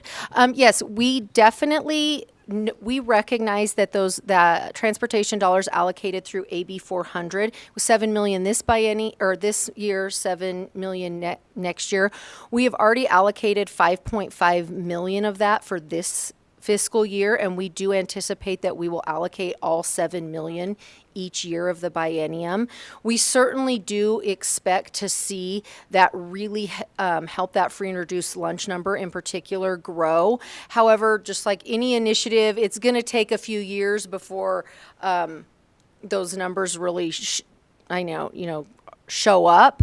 But we do believe that that was a major first step towards equity in charter schools, for sure. And of course, I have to add, we hope to see it continue, past this biennium. I think that was one of the challenges for schools. It's a little nerve-wracking to stand up something as major as a transportation plan when you only know that it's good for the next 2 years. So I've been really pleased. We've approved over 22 plans. So I've been really pleased that schools have stepped up and taken the leap of faith that money will be there going forward. Thank you for that. And unfortunately, we're always in that predicament because we can't bind future legislatures, even when there's not a change in the administration, which we will not have next time. But could you I'm just curious what some of those plans look like. Are you seeing school buses? Are you seeing bus passes? Are you seeing microtransit? What's it looking like for the charters that have given you those plans? It's a combination, but I would say the majority of the plans that we have are, with the exception of one or two, are all located in Clark County. And the reason that Melissa Mackinnon, for the record, the reason that I think you are seeing that in Clark County is because there are third-party vendors who are coming in that schools are contracting with to provide transportation services. And so it makes it, I don't want to say easy, but certainly an easier lift than, say, a rural school out in Elko or or Ely, who has to stand up a whole transportation department on their own. There's a ton of policies, and I mean, it becomes basically a full-time job to manage that. So I think that's why you're seeing more of them in Clark County, is they can outsource some of that. So most all of them, you're seeing a combination of buses and vans, and the majority of them are outsourcing it to third-party vendors. Thank you for that. Do we have any other questions up here on the dais here? No? I will go to my colleague, who I always can count on, Assemblywoman Anderson. Good afternoon, and thank you for the presentation. I have so many questions, so I think I'm just going to do them one at a time because they're in different areas. My first question is not actually something that was presented today. I know it's been presented in the past. I'll understand, however, if you do not have that information in front of you. And that has to do with the licensure of the educators, whether they are the in-classroom teachers or the principals or the counselors. What is the percentage currently of those individuals that are licensed through the state, or do they have to be licensed? And that's the first part of that question with licensure. And then the second, are these same individuals able to get PERS? So then that way we can be consistent with that question that was brought up earlier from the Department of Ed. Melissa Mackinnon, Executive Director of the State Public Charter School, for the record. I don't have the exact percentages of licensure. I know the last time you got this presentation, it was about 97% of teachers in the authority were fully licensed through the Nevada Department of Education. I think, like all schools, charter schools are struggling to find teachers that don't just have a sub-license. And I think, it really hurt charter schools when they were left out of SB 231 and the matching teacher salary increases, because they weren't eligible to apply for those. So it really put charter schools at a disadvantage for giving teacher raises. Now, having said that, they absolutely are eligible for and do get PERS. Thank you. And do we know also for the principals and the counselors? Because I know that we have numerous education personnel that's licensed at the state, but you can get that later if you like. Melissa Mackinnon, for the record. I can get you the principals and counselor information. I don't have that off the top of my head. Understand. I mean, come on. You're supposed to memorize all those numbers. So I'm new. My second question, now I will start going into some of the slides, and I'll just go from order if you're okay with that. On slide 5 and 6, you talked about the different charters that are present, and that there's one campus or multiple campuses. For each time that happens, does the charter school sponsor, I guess would be the proper term, do they have to apply for each new campus and go through the whole conversation with the school districts and other entities, or is it automatically given? What is that process like? Melissa Mackinnon, Executive Director for the State Public Charter School Authority. So let's just pretend there's ABC Charter School. I think it's the best way to do this, right? They go through a very rigorous, again, only 43% of applications are getting approved, but they have a great plan, they get approved. 2 or 3 years go by, they're knocking it out of the park, they're working with Title I kids, they're doing great. They do not automatically get to have more campuses. They have to fill out what is called an amendment request. That amendment request does require us to notify the district where that would be taking place. And it's a rigorous process where we're looking at all of those things. What's their academic performance? What's their organizational performance? What's their financial performance? Do they have a plan in place to scale up to the size that they are proposing in their application? So if the staff of the SPCSA feels like they have a proven track record and a solid plan to scale up, they will recommend approval. And ultimately, it's the State Public Charter School Authority Board who will either approve or deny based on staff recommendations. Typically, schools will only expand by one campus at a time, but there have been instances where they've scaled up multiple campuses at one time. So, they had ABC Charter School was located here, and now they're going to open 2 or 3 charter schools like across this, across a region. But typically it's a little bit slower, and it's just kind of one campus at a time. A follow-up, if I may, Chair. Thank you.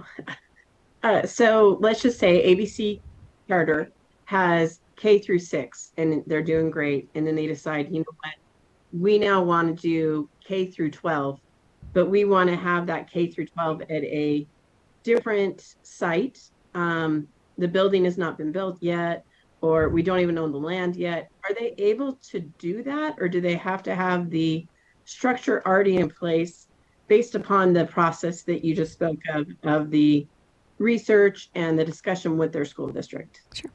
Melissa McAdin, Executive Director of the SPCSA, for the record. Yes, Nevada statute is very clear that expanding grades is another reason why a charter school might seek only an amendment. They can do that through an amendment request, and that has happened many, many times in the state of Nevada. It is not uncommon for a school to start off really small. In fact, a lot of charter schools will use a slow growth model where they'll be like, oh, we're going to start K3, and then we're going to add. And then once they get to 8th grade, they put in an amendment request and want to add high school. So again, after a rigorous evaluation of, do they have a plan to offer high school? Do they have another site in state that's already offering high school, and how is it going there? A lot of times these are replications. So it's really just about the evaluation of the plan, and do they have a solid plan to provide grades other than those they have already been servicing. So sometimes they've been K5 and then they add a middle school. Sometimes they're K8, then they add a high school. Thank you for that clarification. So I'm going to move on to, watch out, slide 7. I'm moving fast over this one. So there was a mention of percentage of state funding that can be utilized. Can you expand upon what that term means and or what that definition could be?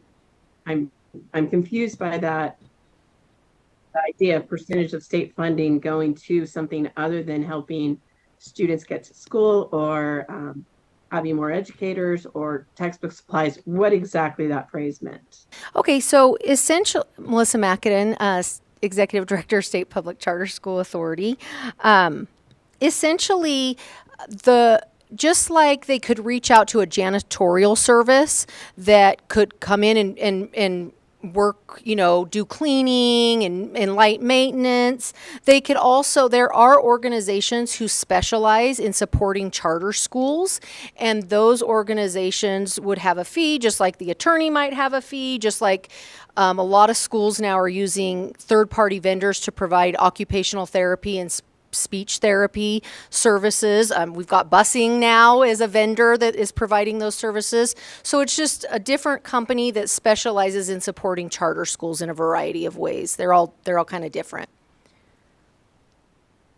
I'm so sorry, I misunderstood what that phrase meant. So thank you so much for that clarification. That totally makes sense, because I know we also do that in the public schools. My next question has to do with the idea of, it was on slide 13, and all I wrote down was the phrase accountability, autonomy. So let me see if I can figure out what my question was and what my chicken scratch means on this one. Let me look for that slide right now. Oh, that's what it was. Under the great focus, really like the values, when it has to do with the accountability, autonomy, does that mean that the educators are going through the same evaluation process that is necessary for the public schools, like with the SLOs in particular and the SLGs that are necessary at this time? Melissa McAdin, Executive Director for the State Public Charter School Authority, for the record. So in their application process, a charter school has to outline how they will be evaluating their teachers and administrators. They don't necessarily have to use Nevada's system that is in place that a traditional public school is using. I can't remember what it's called off the top of my head, but they don't necessarily have to use that one, but they absolutely have to have a plan in place that is vetted and approved as part of that application to open a school. So it's basically up to the charter school board to authorize whatever that evaluation could be. It could be as simple as, well, I observed your lesson plans on a daily basis. It is not actually tied to a test score and or growth, as is true for our public schools. Melissa Macadam, for the record, many charter schools do tie it to test scores and student outcomes. It's again, that's kind of part of that autonomy piece where they're establishing that on their own. For example, the school that I used to run, we used Teach Like a Champion teaching strategies, and our evaluation system was based on the use of those strategies and how they were impacting outcomes of students. So every school is different and unique, and it's usually based on their model that they are operating under, tied in closely with that evaluation. And is that part of, and thank you, and by the way, I don't mean to be rapid fire, this just happens to be my world. Is that tied to the evaluations, or I'm sorry, when the teams go take a look at the different on-site evaluations, is that part of their process, is to double check the teacher evaluation and or principal evaluation, or is that just kind of a check mark? Yeah, we did it. No, we didn't. Melissa Macadam, Executive Director for the State Public Charter School Authority. I've only been in this role for 2 months, so I'm trying to rely on when they did a site evaluation at my school, but rather than rely on my shaky memory, I would rather go back to staff and find out exactly how that fits into their site evaluations, whether they're looking at those or whether they're talking about them in the focus group. So let me go and get you the specifics rather than try to go off my memory from my last site evaluation. And I really do appreciate that because we all know that it all depends upon the team and the day that you're on there. So I really appreciate that information. I think my last question, which probably the chair's like, about time, Anderson, but my last question has to do with slide 26. And I'm wondering how many of these applications are coming from organizations that have charter schools in multiple states. Is that part of the application, or is this only anecdotal information? In other words, do we have groups that are applying to make charter schools that are in multiple states and not necessarily only in Nevada? Melissa Macadam, Executive Director for the State Public Charter School Authority. Give me just 1 second, and I'm going to tell you. The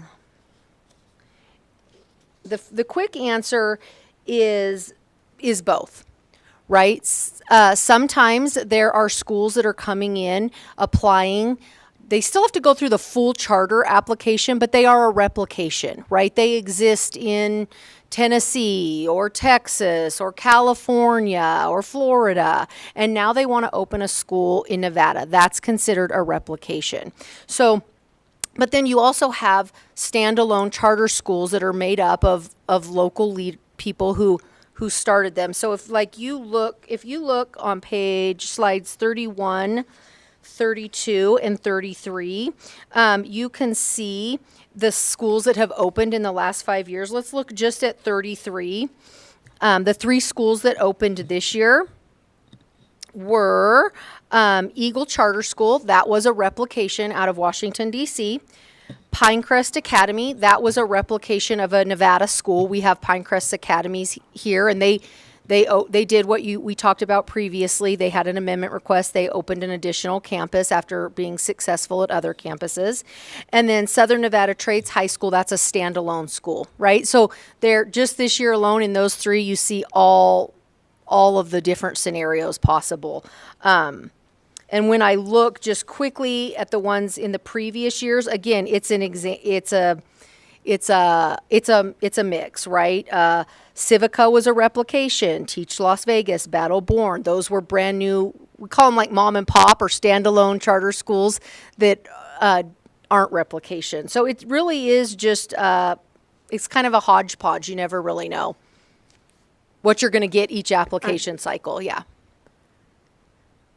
So appreciate that, and just wondering if there's a way for us to get that sort of information as a legislative body of how many are in that boat, because I want to give full disclosure. I think everybody that's on this committee, whether they're senators or assembly members, they kind of know where I am on this one. At the same time, I want to support our kids, period. My concern has to do with how we've got a large amount of charter schools that are the exact same as our public schools. And it feels like they don't always have to go by the same rules. And so knowing this information would be greatly helpful and allow for me to do some more research with it. And I have a hard time taking a look at the IEP information. Congratulations on those great test scores. That's wonderful. But I also think it's difficult to be able to compare IEP students when not all services are required at all charter schools, and yet they are at public schools. Full disclosure on that, I'm more than happy to have that conversation offline, but that is just one of my concerns. And so I really do appreciate the information and time you've given to present this information today. Thank you, Chair, for that much time. Chair, may I ask a Thank you, follow-up? Assemblywoman Anderson. May I ask a follow-up? I'm sorry. Sure. Assemblywoman Anderson, would it help you? I just want to get you the right information. I would be happy to get you the schools that are replications versus standalones. Would you like it just for the schools opened in the last 5 years, or would you like it for the entirety of our portfolio? Thank you so much for that clarification. I think that possibly and it would be, I would think, Chair, if you're okay with this, for the entire committee, I do think it'd be great for the entire portfolio. So this way we can see kind of if there are trends over the last few years, or if there's other things that we need to do a little bit more of a discussion around. And again, thank you so much for that clarification. Yes, so if you would get that information once again to the committee, and we will disseminate it out to our folks. I see Senator Buck, I see your hand up. I am going to go to Senator Dondero Loop just really quickly because it's kind of on the same micro topic. Thank you very much. And I just have a clarifying question. When you said a replication, so if I'm replicating a school in Washington, D.C., do I still meet do I still have to start like a brand new application, and I still have to meet all the standards? I'm not sure why replicating I guess I'm confused about the replicating word, because I'm not sure it matters if they're replicating something in Washington, D.C. or not. They're in Nevada and they're starting brand new, and if they're starting a brand new application, it's a brand new application. Melissa McAdam, Executive Director for the State Public Charter School Authority. Yes, if they are an operator in another state who is expanding their services, generally they're doing that because they've been successful elsewhere, but they don't automatically get a green light in Nevada. We have turned down a lot of replication applications. They just refer to them as that because generally they start with they have to do the full application. They have to meet all of Nevada's standards, all of Nevada's requirements. But when it's a replication, the application will lean on the model that has been in existence in another state and the successes there, right? So if they were like a bilingual school in Washington, D.C. that had been around for 7 years. They had developed this curriculum. They were really successful, and they wanted to replicate in Clark County. We would rely on some of that background information. They still have to go through the rigorous process, but they would include their successes and all the information about their other schools to help inform our decision about whether or not we should give them the green light in Nevada or say, no, sorry, you're not quite there yet. You're not meeting our standards, which again, that does happen the majority of the time. Thank you very much. And the reason I asked that is because if you said you were replicating Pinecrest or Durrell and they were right here in Nevada and they had a successful model, those are the same students that we're serving. I could say I'm replicating a public school model in Massachusetts and it's a very successful model. That doesn't mean it's going to be successful here. So I guess to me, just relying on that information from outside of our community, it was just of interest to me, and I'm not sure I agree with that model totally, and it has nothing to do with charters or public schools. It has everything to do with we have businesses that come to this town from other states, and they're not successful here. Or we might try to go do a business in another state, and it might not be successful there. So I just think the replication, and maybe it's the word that bothers me, because I feel like it should be a model that is successful here in Nevada, serving our students. Thank you.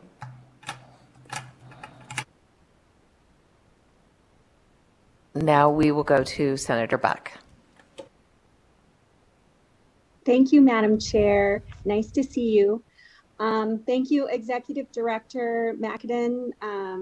Great job presenting all of that. Congratulations on the data and results.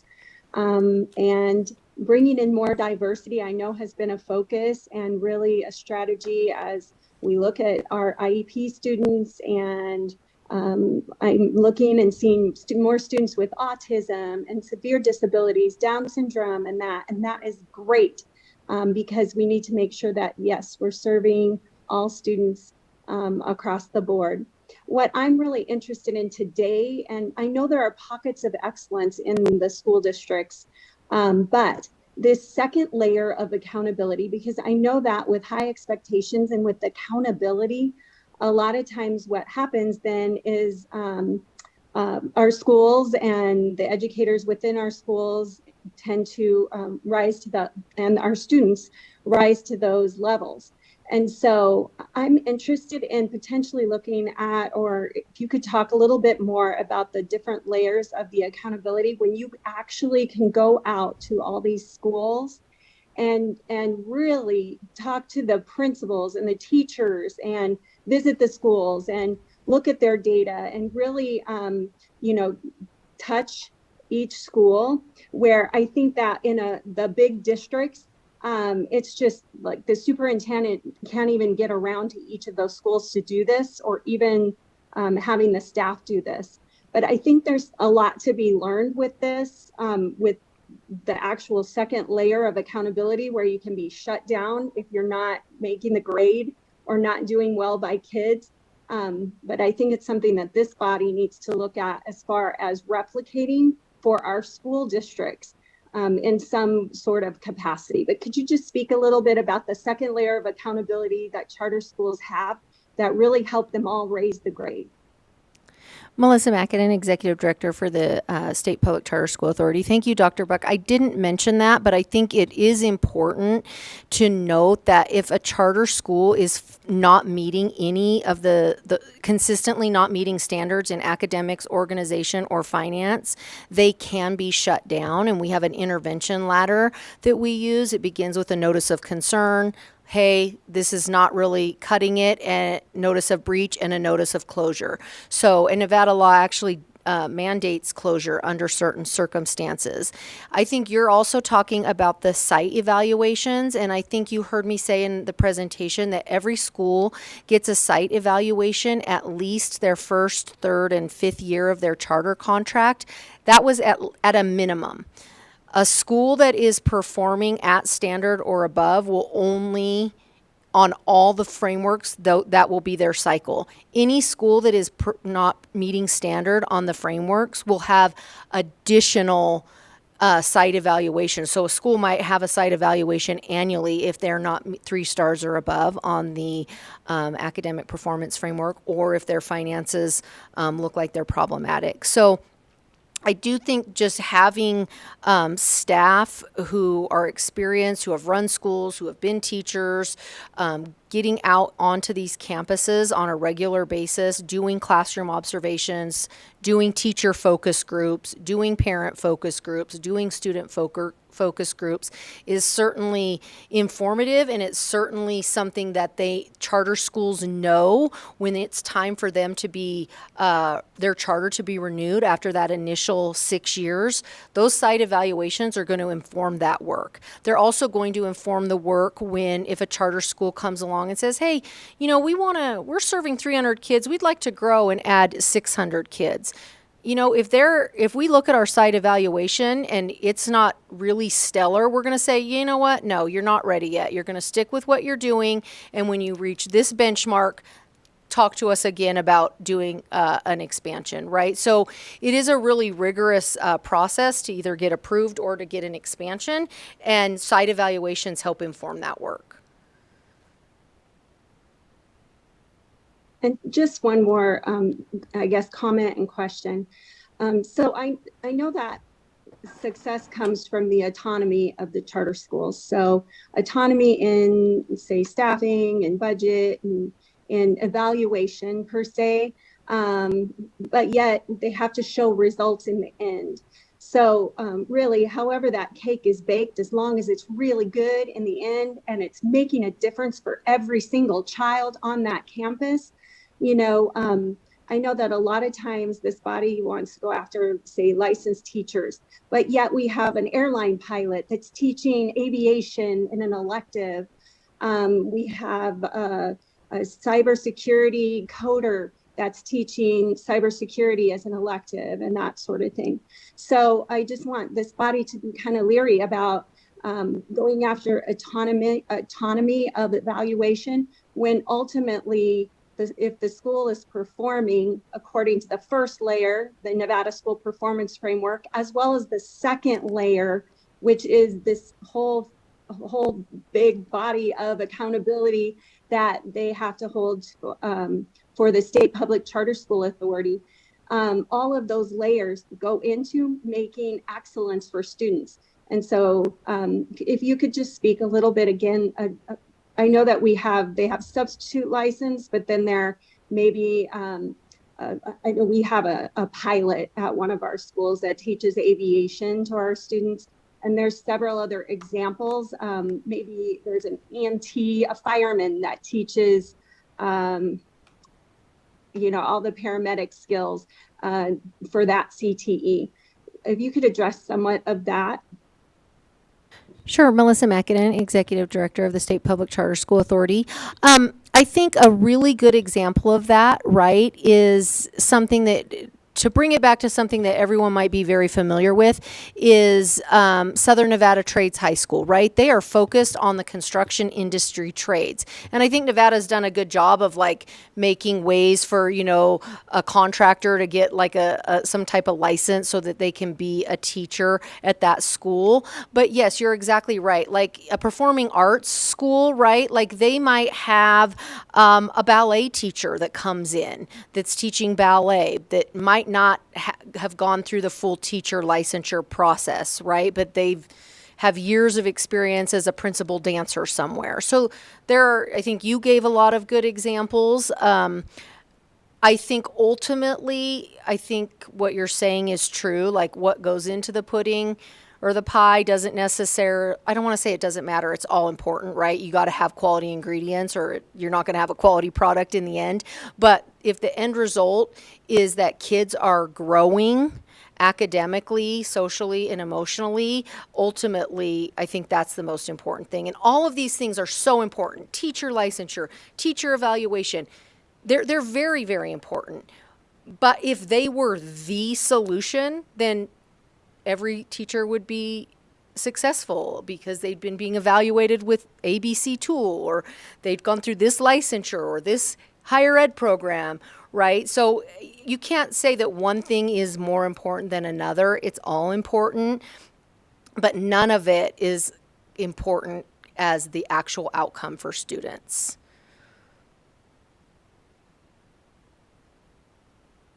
Thank you. And we will go to Senator Lang. Thank you. I just have a question, and I may have heard it wrong, but I feel like if I ask my question, then we'll find out if I was right or wrong. But I thought that I heard you say that you have X number of people that apply to be in a charter school, and you turn away about 40% of those because I don't know what reasons. You didn't give a reason.